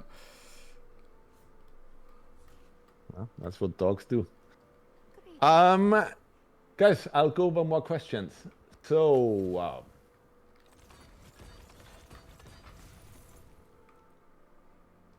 we stop. The next one was from, oh Jesus Christ, Rodrigo Kiwi asked, since we will no longer have stat distribution, how do you plan balancing equipment weight? How will players be able to switch between fat roll, medium roll, and dodge? So that's a good one. That's something that we're still discussing. So obviously with the whole class system or job system change that is coming in, this has been a topic of discussion. So, and we are not final on this yet. Like we created these traits where it's just, hey, you know, like your equipment load goes up, that value just goes up, right? That kind of thing. We could also just give it to you straight, right? That it's just, hey, if you want this trait, it's expensive, but then you get, you know, quick step and so on, but it has other, it comes with other issues, right? Like if you pick that, that kind of thing. That's still open for discussion. So we're still, like, this is one of the things that we're still finalizing there. Would be good to get feedback on that once people actually try that system. Next one from L4RN, Lauren. Would it be possible to give the difficulty levels more weight? For example, trophies from bosses in hardcore mode, or even better, equipment that only drops in hard or hardcore mode. It should feel more rewarding to play at a higher difficulty. Corey, how do you feel about that? I do like it in other games where you get like unique stuff in hard modes. It means that I really want to play the hard mode. I usually do anyway, but it just gives it that extra, like, oh, I play in hard mode and I just get this extra thing that I wouldn't have got, because you can play normal mode and then you can also play hard mode after, and then you can experience it almost again but in a different way. So it's hard though in every game because you have to be careful of the power creep, right? Stuff like that. If you get trophies, is it just going to be vanity, or is it going to give you something? I think with achievements, we're definitely going to do that, right? There are certain achievements you can only get if you don't play on easy, at least, right? That kind of thing. Yeah. Or certain achievements that you can only get if you actually finish, you know, or do stuff on hard mode. And, well, the other thing that we never really quite liked, right, was the XP change in hard mode. So we'll definitely do something there to look at that, because it kind of like creates a weird dissonance right now where you're playing hard mode, and like the initial thinking was that, hey, we wanted the game to kind of like reward you a bit, but I think XP wasn't really the right dial to use there. Can always chop and change things as we go until 1.0 at least. Yeah, that's the thing that I'm worried about. If you actually change the loot on hard mode, right, then everybody will be compelled to play in hard mode, especially if you get some really cool items only on hard, right? And then it's almost like, well, there is no difficulty mode, right? Because everybody then has to play hard mode. Or really wants to. Then there becomes a market to trade for the hard mode items. Regarding console releases, I already said before, we have built up and running on PlayStation 5. But obviously that is being, you know, like we only do that at 1.0, and we will have to wait until we have more concrete info on that.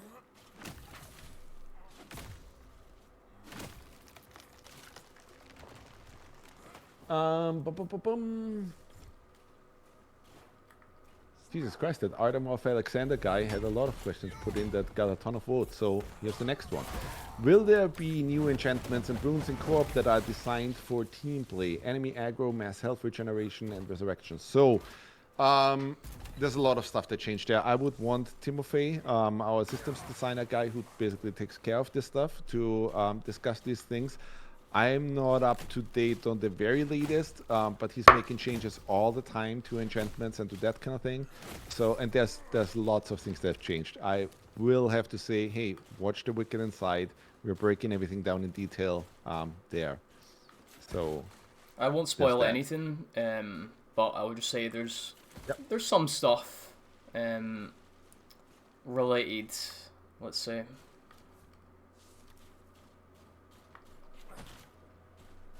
So the next one, Lev N. Will legendary unique weapons be reworked as it stands? Only a handful of them are better than cursed weapons. That's not necessarily a bad thing. Our thinking with uniques is that, and I don't think they're in a perfect spot yet. So yes, I do think we'll rework them some more. But the thinking behind it all is that there shouldn't be one rarity that is automatically better than another. Meaning that, hey, if you want to play with magical gear, right, with all blues and so on, that should be a viable strategy. If you want to play with purple, plagued gear, that should be a viable strategy if you are willing to kind of like take the downsides. And then the unique should introduce whole different ways to play, right?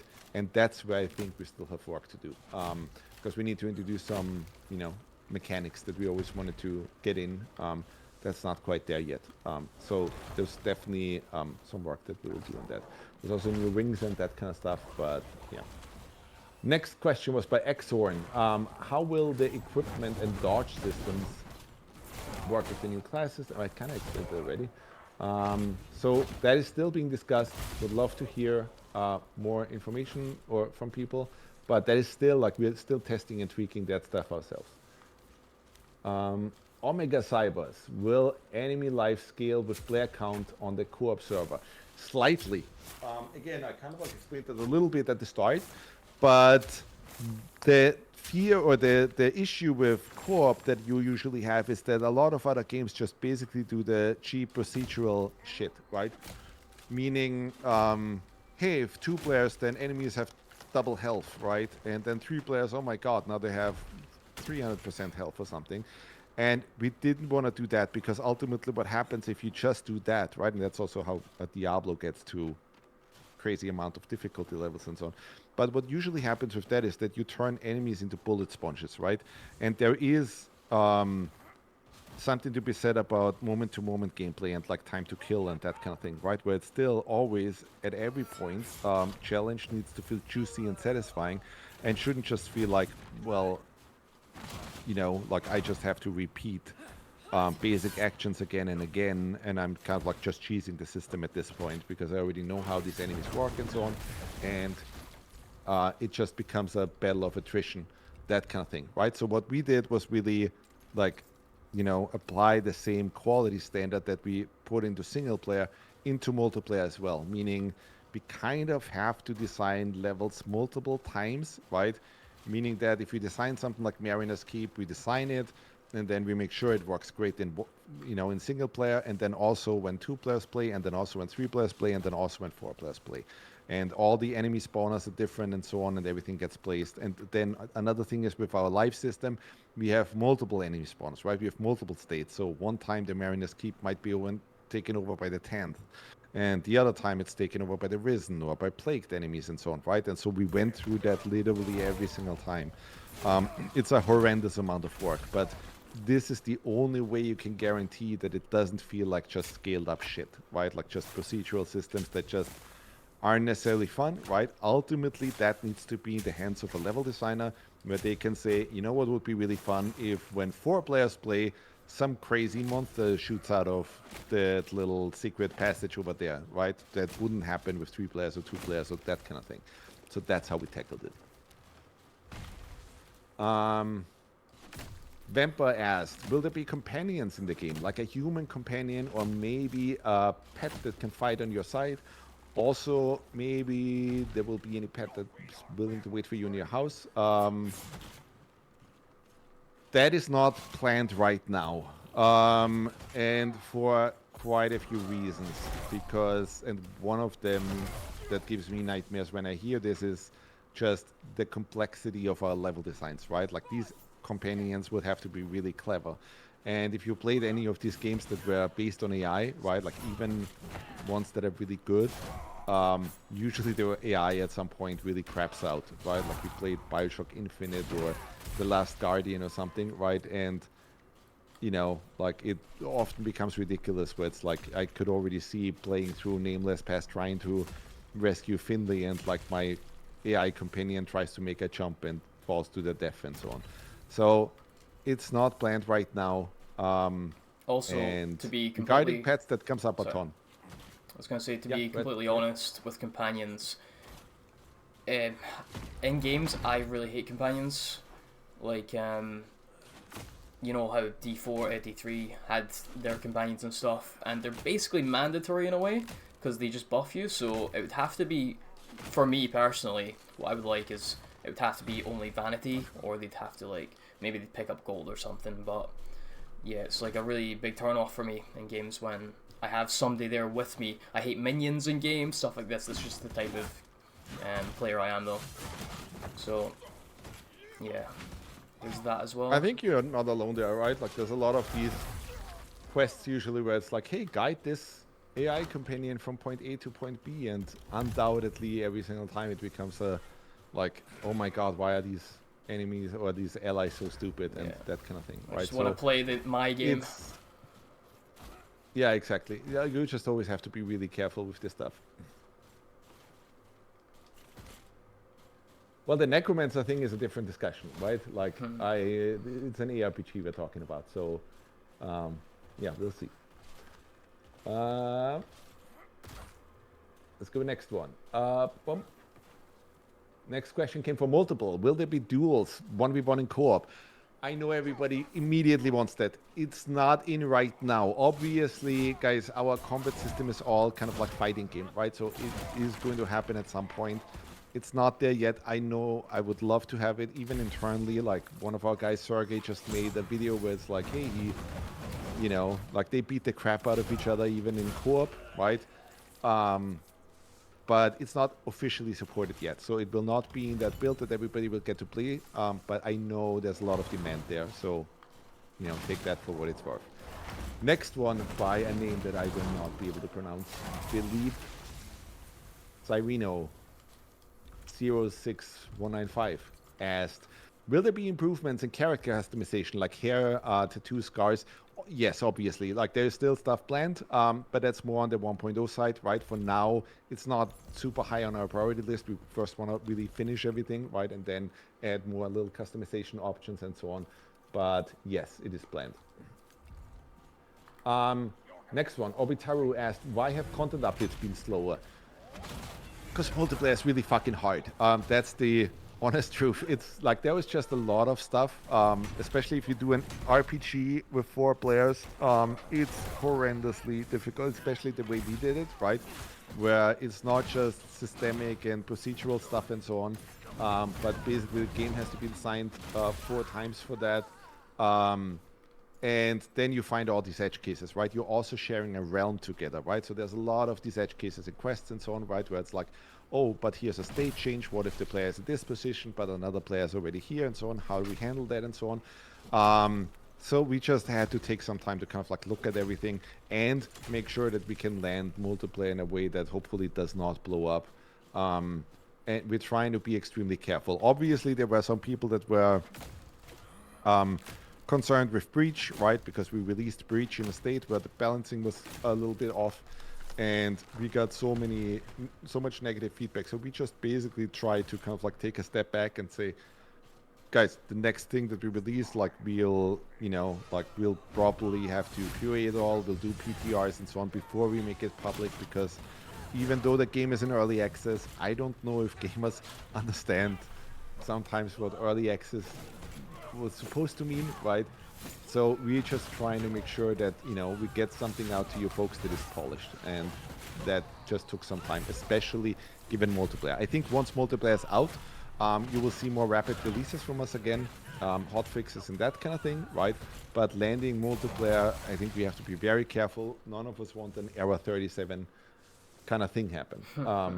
So that's why we're very, very careful with things right now. Then Silverblade 56 asks, any plans on making time of day and game effect gameplay more? Yes. Day, night, and weather seem only cosmetic at the moment. Yes, so absolutely. That is something that I always wanted to, we obviously always wanted to do. It is, like, the reason why we put it in is because it's already nice, even if it's a cosmetic thing, right? That at least, like, you get a visual difference and so on, but I do think it would be very nice to kind of, like, support that a lot more. So yeah, you will see more of that in the future. There was a really interesting thing that I did right after Breach came out and we had it in a good state, where I tried that survival mode and kind of like put things in that I think already made it more interesting. But yeah, we'll have to wait and see what happens. Dragonars asked, how will story progression work in co-op? Can a friend progress the story while I'm away and prevent me from experiencing it myself? That will be the thing that will be kind of controversial. And the answer is absolutely yes. But you are playing with people that are not random strangers. In order to play multiplayer in Wicked with other people, you have to specifically invite them basically from your friends list, right? On your PS5 friends list or Steam or whatever. And the way we want people to play, or what we want people to, like, what we want to give them is basically just, that feeling of like, look, we give you the tools and what you make out of it is up to you. Meaning that you might not want to invite a player where hey, they're just, not gonna play with any group dynamics. They're just gonna, not trade with others and ruin your game and so on. And that's the other thing, like, that I've recently kind of like discussed on our Discord forums as well. I'm a little bit worried that generation of people that is now like 20 years old, their first console was, the PlayStation 3. They never really grew up with kind of like the earlier days of how online worked and so on, right? So to them, like, what usually used to happen in the past was that that you didn't just go into a game, hit online play, and boom, you're on a server with tons of randoms, right? Like in the stone ages of the internet and so on, what used to happen is that you used to hang out on some IRC channel and somebody would post a server and then everybody would jump on there, but you would play with people that you actually knew a lot of times. And there was something nice about that, right? There was something nice about the old days of couch co-op, like playing games like Mario Kart and Bomberman and Worms and so on together on a couch, and everybody screamed at each other and so on. There was just an inherent fun to that. Then what happened was that, well, we made it easier and easier, but in some ways I think we took away the humanity out of that stuff because we suddenly only played with randos, right? And then with games like Fortnite, and now a lot of games do that, right? They even fake bots, right? Where you don't even know if like that kill that you just did, right? Like was an actual human or if it was just a random bot, right? And so I think that takes a lot of the satisfaction out of it, right? It was like I always used to play games with my best friend, like in the split screen and so on, with my best friend and with my two brothers. And it was just always hilarious and so much fun, good to see their expression, right? When I blew them up in Halo or that kind of thing. And that I didn't have the exact same experience when it then came to online play, right? Where it's like, yeah, cool, I can play multiplayer at all times, through with anybody in the world and that kind of thing, right?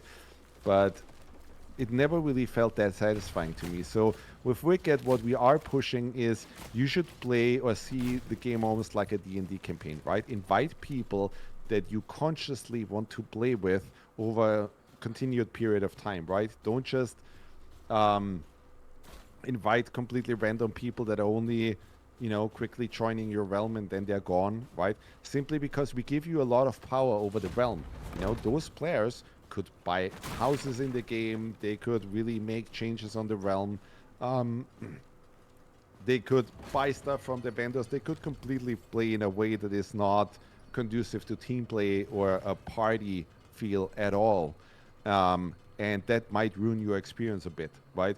So it's very much designed in a way where you're supposed to invite friends and family and people that you want to play with continuously over a longer period of time and so on, right? And yeah, so that will be possible, but then it's up to players to kind of like figure out, like, hey, let's not screw each other over, that kind of thing. Let's just see how people react to that real quick. Offline mode is always going to be supported, guys. Like, you can always play offline, you can always play in single player. We'll obviously never take that away. That would be crazy. And if somebody doesn't behave, you can also vote to kick them. So there's always that.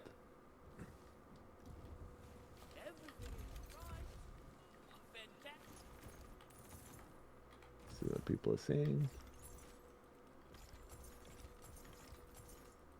Somebody is saying this Corey guy is very handsome. Must be. There you go. I did tell my mother that I was streaming, so it's probably Nice. probably her. In that sense, like, let's discuss that multiplayer thing, right? Like, we are trying to do something very different than what's been done before with ARPGs, where normally it was just, hey, temporarily invite people to your save file, right? That was the case with almost all ARPGs for a good 15, 20 years or so, right? Then with MMORPGs, it was always different, right? But then in MMORPGs, you have the whole theme park ride, right? Where it's just, hey, cool, one person kills Deathring or Arthas or whatever, right? And it's like, cool, but like everybody does that on the realm. There was never a way to kind of like really stand out. And there was like, I really wanted to always have that kind of experience that even Blizzard North talked about, right? With the BattleNet towns and that kind of thing. I think they had a lot of ideas that they never really got to realize because they get shit canned after some time. And I always thought it's fascinating to kind of like really start to realize those ideas. But that also means players have to actively want to work together, right? And actually play like a real RPG party, right? And actually look at, hey, my friend is playing, like, what classes are we playing, right? Somebody is playing the archer, so I'll do warrior, and then the other guy comes in with cleric so they can heal us, right? And so on.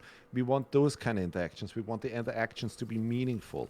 We just put out this dev blog that we got some shit for because we kind of like wrote about this in a somewhat flowery language, right? But we said, hey, we want this stuff to be meaningful. And to some degree, I think people will only be able to understand this once they actually get their hands on it and really play it and really understand that, hey, you're playing Wicked now in a different way where you're invested into your realm, and it creates different group dynamic if you're all sharing the same world. If it's not anymore just, hey, Corey, you want to play? Yeah, cool, drop on my save game, and then he drops out. Or you do the old Dark Souls thing of like, hey, want to play together? Yeah, but that doesn't quite work because I can only join you in a boss battle or that kind of thing, right? So we're trying to create something very new there, and I'm sure we'll get a bunch of shit, and I'm sure we'll get some stuff not right, but please just tell us, right, and we'll fix it. But I'd much rather try to do something new and innovative and push the status quo forward than just to have the same exact multiplayer still, that old host and guest model, or some like, hey, let's stream tons of players into your world and now 30 players and 15 bots shoot at some enemy and I don't have meaningful interaction with them and I still feel lonely playing with 50 people in the room. So that's the idea.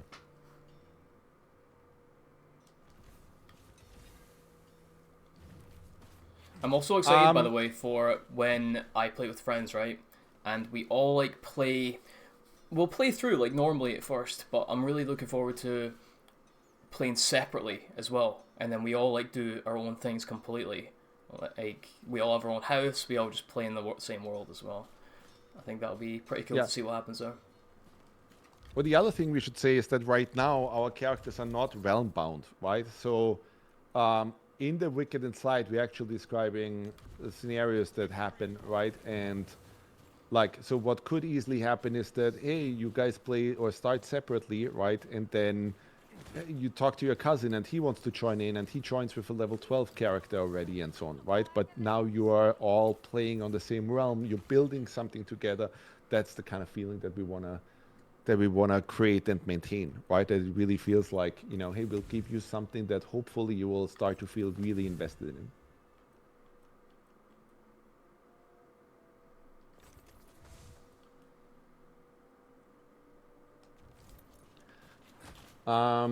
Chuckle-esque asks if the realm play is always constantly synced to the server. So yes, but the latency issues are surprisingly not really there. So obviously we'll have to see how it works for everybody, but we're using an extremely modern network engine.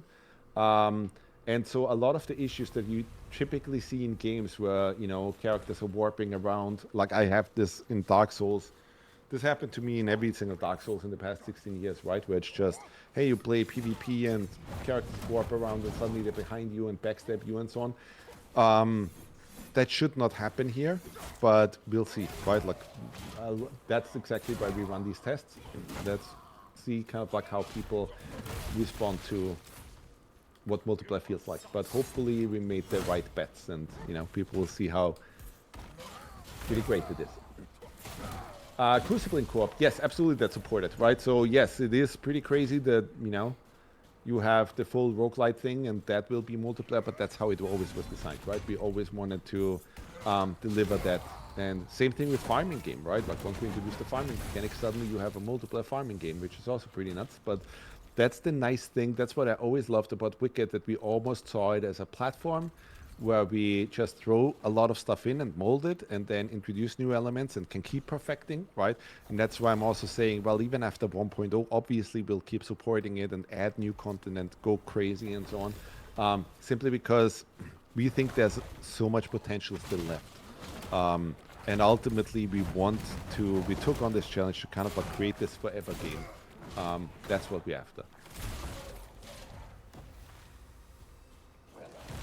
Let's go through more questions that were sent in so we can do that. Guys, the stream was meant to last from 7 to 9. Now it's already 8:52, so we'll do a bunch more. And let's see. We stopped at...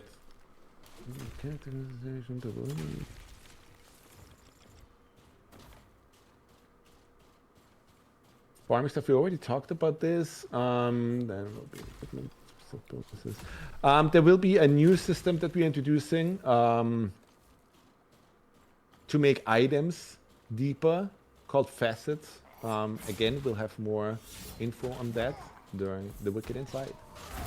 But obviously, we're constantly working on itemization and trying to make that deeper and more interesting and so on. Then... Lavish Slayer asked, will you guys add more weapons like flail, for example? We'll have to see. Right now, we're already supporting 26 classes. So obviously, every single archetype comes with a ton of cost and so on, right?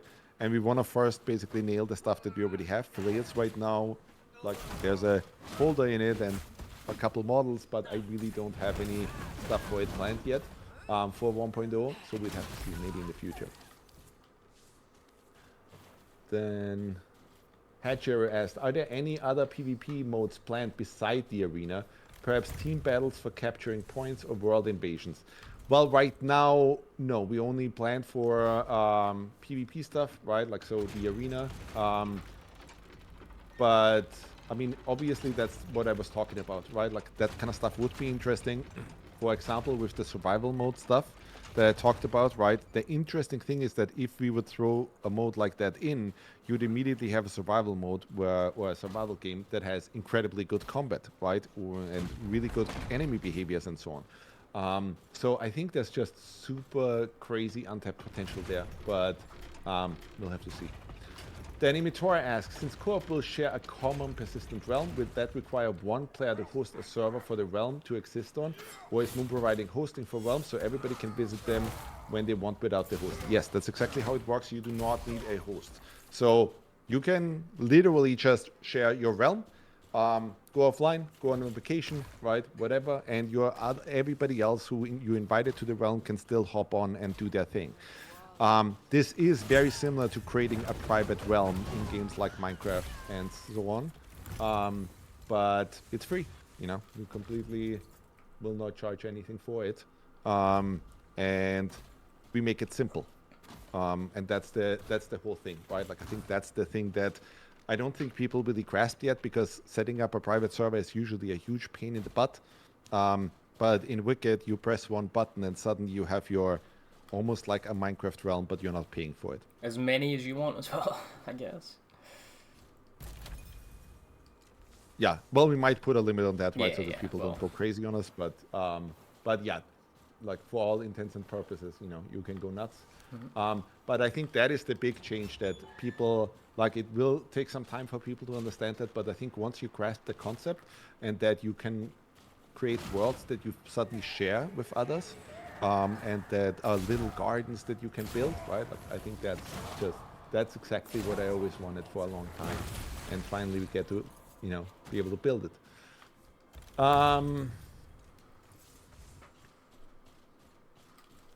Omega Cybers asks, will the class update update alongside the co-op update? No, we are still tweaking the co-op stuff quite heavily. There's still a lot of runes stuff that I have to do for the classes, so no, time-wise that does not pan out that way. Jorlex asked, will we ever be able to sleep in beds to possibly skip through times of the day? That is coming up quite a bit, but that is not planned right now, because that would ruin a lot of stuff with like the real-time systems that we have and so on. But keep giving us feedback, right? Like if we see that, well, you know, people really, you know, want us to change that, then maybe. Spam asked, how many which of the areas shown in the map you shared will be included in the full release of the game? Well, quite a bit. The idea was always that for 1.0 and beyond, right, like, and expansions that we have planned and so on, we want all of Isola Sacra in there, right? Like, so before we launch, you know, the big, huge second part of Wicked and so on, we want all of Isola Sacra to be there. So I would say it's hard for me to kind of like say something that makes sense to people, because you don't know what the areas are. But basically it's similar to what you saw with, you know, No Rest for the Wicked early launch and then the Breach update, right? So there will still be a huge chunk of content that we're releasing once 1.0 hits.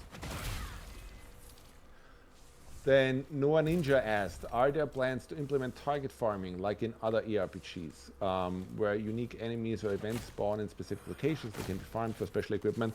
To some degree we already have that. Yes, we will do more of that. Well, also it's going to be interesting how people react to the scribe table now, because it also brings crafting into the mix in a very interesting way. Then Golden Boy asked, will the game get more pure-blooded bosses, as in not ravaged by the pestilence? We'll see. I'm not gonna spoil any story stuff and so on. There's no way. We have so much really cool stuff planned and coming up. There's no way I'm gonna spoil any of that. You mentioned the scribe table. Did you want to talk about that at all here, or did you want to wait? I did already. You're probably deep in the game, right? But I did talk about the scribe table.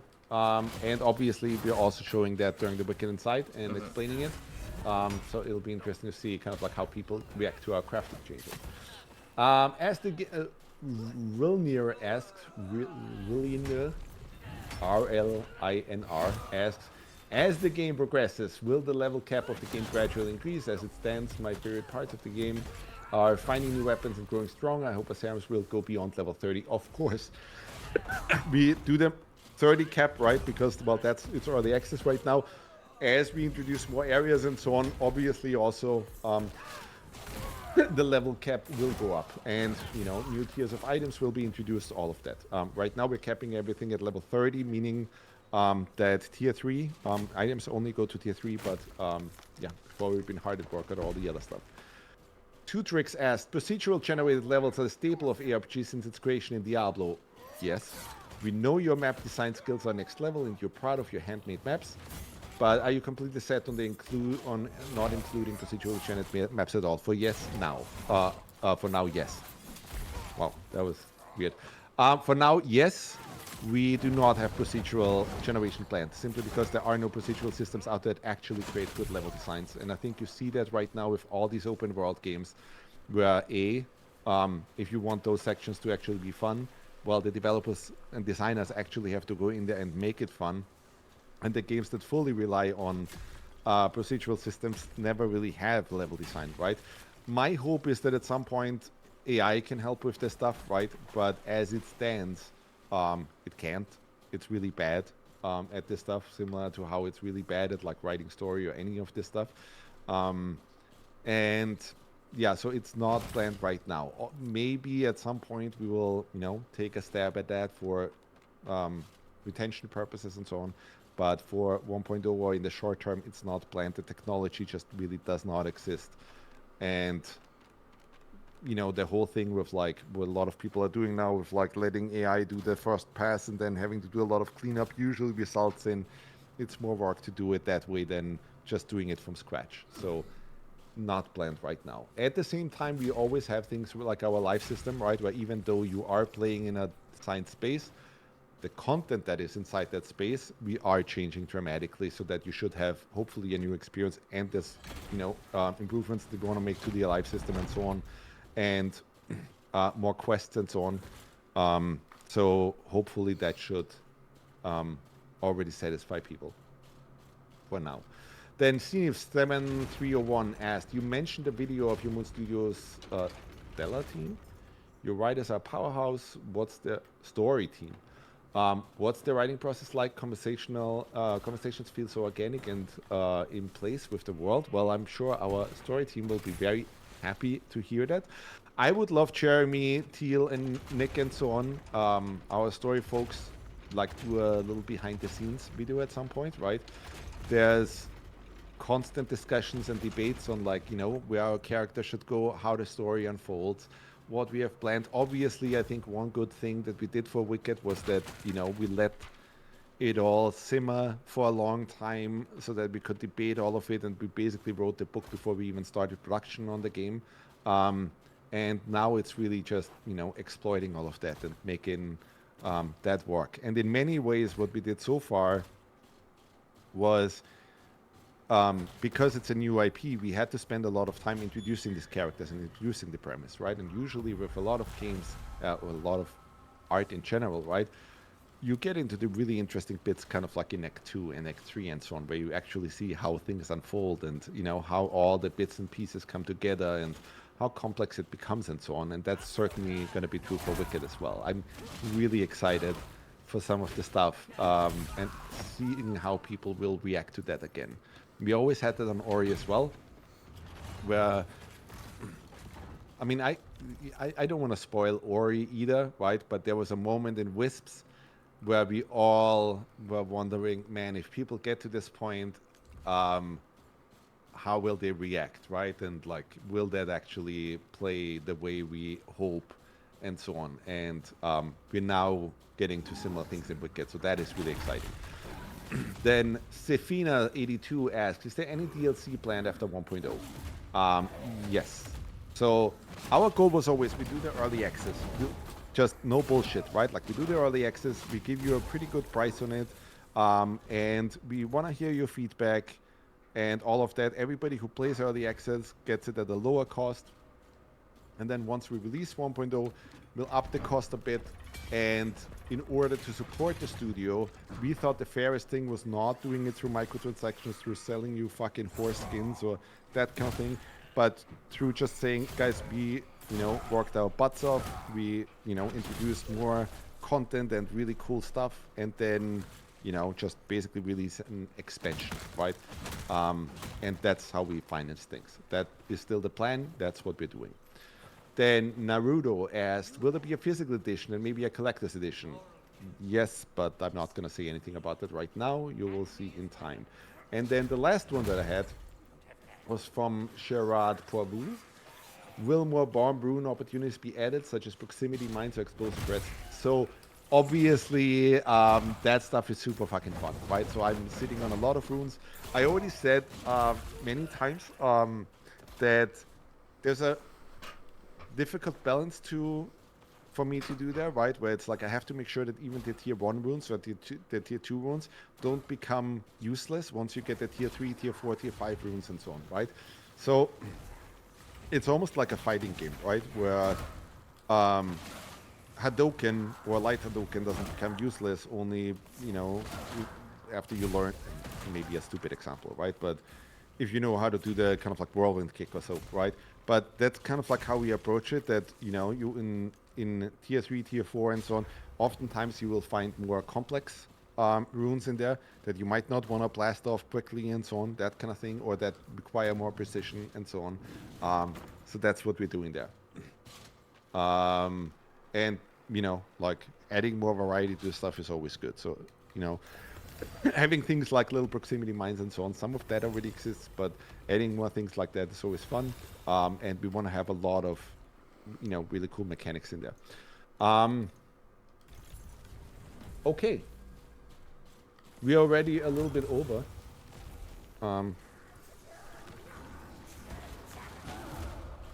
Is the stream actually still running? Yeah, should be at least.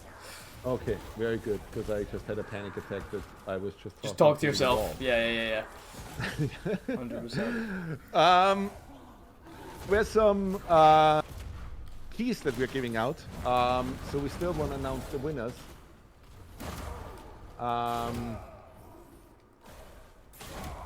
And there's another thing that we want to bring up. So obviously, lots of you have asked about the co-op launch timeline. There will be the PTR closed beta basically, and the more open beta that is going to happen very soon. The actual launch is for co-op is in early 2026. So, take that for what it's worth. Again, if you thought it's earlier, I'm sorry, right? But we are trying to make sure we land this plane as smoothly as we can. So bear with us, right? Like launching multiplayer is always hard, and we want to do it the right way. With co-op, there's also going to be another 30% sale. I think in the winter Steam sale, when we do the No Rest for the Wicked Inside, you're going to see everything that we have planned for multiplayer, and there's going to be a sale there. So it's a pretty perfect time to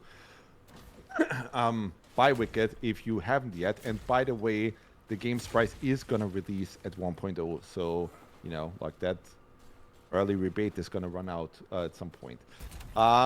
Then the winners for the keys, they all go to me. Weirdly. No, I'm just kidding. So obvious, let's read them out. So first one was Kiara87. Second key goes to Renee. We should have a little cool thing on the screen. We should do that for next time. Third one, Caitlin with paint. Yes, a nice little graphic. Fourth one goes to Jackal. Fifth one goes to Charlex. Sixth one goes to Dynamo. Then next one goes to Tana. Next one goes to It's Slam Dunkly. Then to Vichan and Shikia Kaleum. Probably close enough. There you go. All these people get full keys, We just enjoy Wicked, right? Like it's in a pretty cool state, and will be in an even cooler state pretty soon. Before we wrap today, let's see. 2 people still have anything, questions?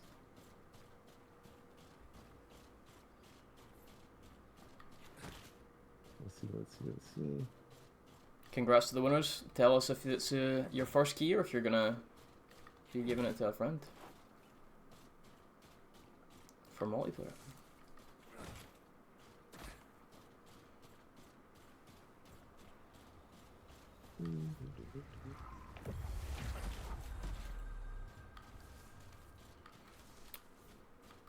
Guys, sometimes there's the question about realm support and how long can we guarantee that and so on. Well, at some point, if we really kick the dust, right, like we would do something, we would do bright by player. So I don't think people have to worry about that.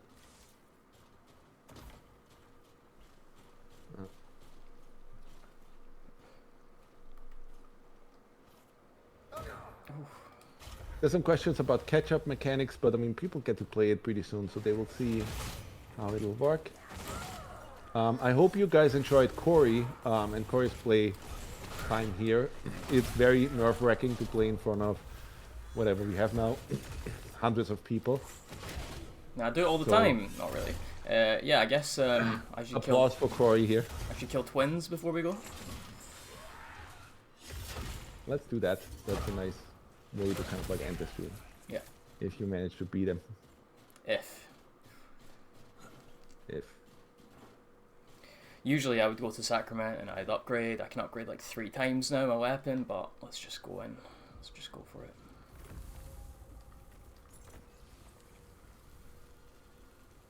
It's the first time I've made food this whole time.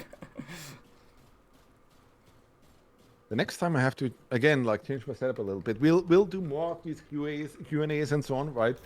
But I need a setup where I see everything on one screen, including playtime. Alright, let's fully buff up for this last one then. Nah, I do it raw. Oh yeah? Alright. Yeah, of course. Alright, let's go.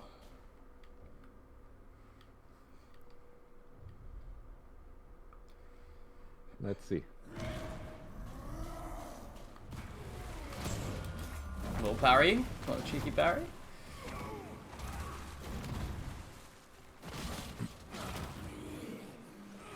Nice. I can never remember if the first one is fast or slow. Still, to this day.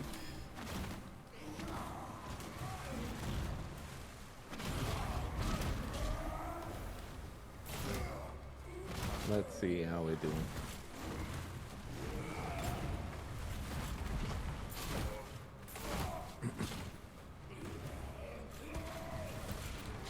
Just choose Corey's not to doing deal pretty with well that. so far. Phase transition soon. Yep. There it is. I played this guy so many times in multiplayer. I hate when the bubbles come up. Mm-hmm. And you get people running across the arena like headless chickens, not knowing where to put them. Yes. And then you just have no space. And rezzing, right? Like you can resurrect people in co-op, but then it becomes this whole thing of like area denial. Should you or you know, don't die in a bubble. You have to position them nicely along the edge.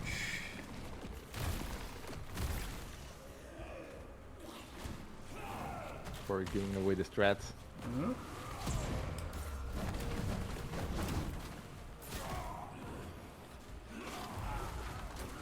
Guys, keys were already given out, so if you only join now, you're too late.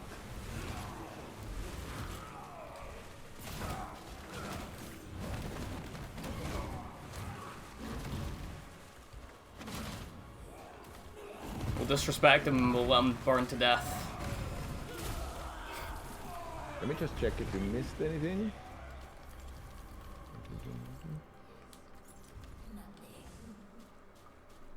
Any last minute questions you see in the chat that's interesting? I mean, I think I already kind of like said too much anyway, which usually happens to me. So, you know, some of the It's easy stuff to do. is just for Wicked Inside. Well, there you go. Corey beat him. Guys, that is basically it. Again, like if you have not signed up yet for co-op for the release, please do. There's a little questionnaire that we have everybody fill out and so on. And then once you actually get to play co-op, please give us the feedback, right? Just play it, have the time of your life, and then, you know, give us feedback. If you see any issues, if you see any stuff that isn't right? Please also don't bombard us with negative Steam reviews. That actually does not help immediately, right? The thing where you could help us the most is just, go to our Discord, go to our forum, write in all that feedback. I promise you, we're burning the midnight oil. We're working as hard as we can, as fast as we can on fixing all of this stuff and making sure that you have a really great time. We're trying to do really wild things and push the genre forward and push the status quo and everything, right? This is not easy work. It's like we are all working extremely hard on all of this. So give us your feedback. If there's anything wrong, we'll fix it. And I hope you guys will have a really great time. Because what we are pushing there, I think, is very different. But I think people, or hope people will be able to appreciate that we're trying to do something that is, finally different from what's already out there. To give you the kind of like multiplayer experience that I was always dreaming about when I was younger. That was never really realized yet. So that's it. I think that's a good point to basically drop it. So Corey, thanks for playing. Yeah, thanks everybody. And I'll It's see good. with that. It's a good Thank time, you, and everybody. they're gonna Thanks for watching us, and then they're gonna enjoy what we have in store. We have a lot coming up, so yeah. Thanks everybody. Yep. Cool. Thank you guys, and bye. Bye.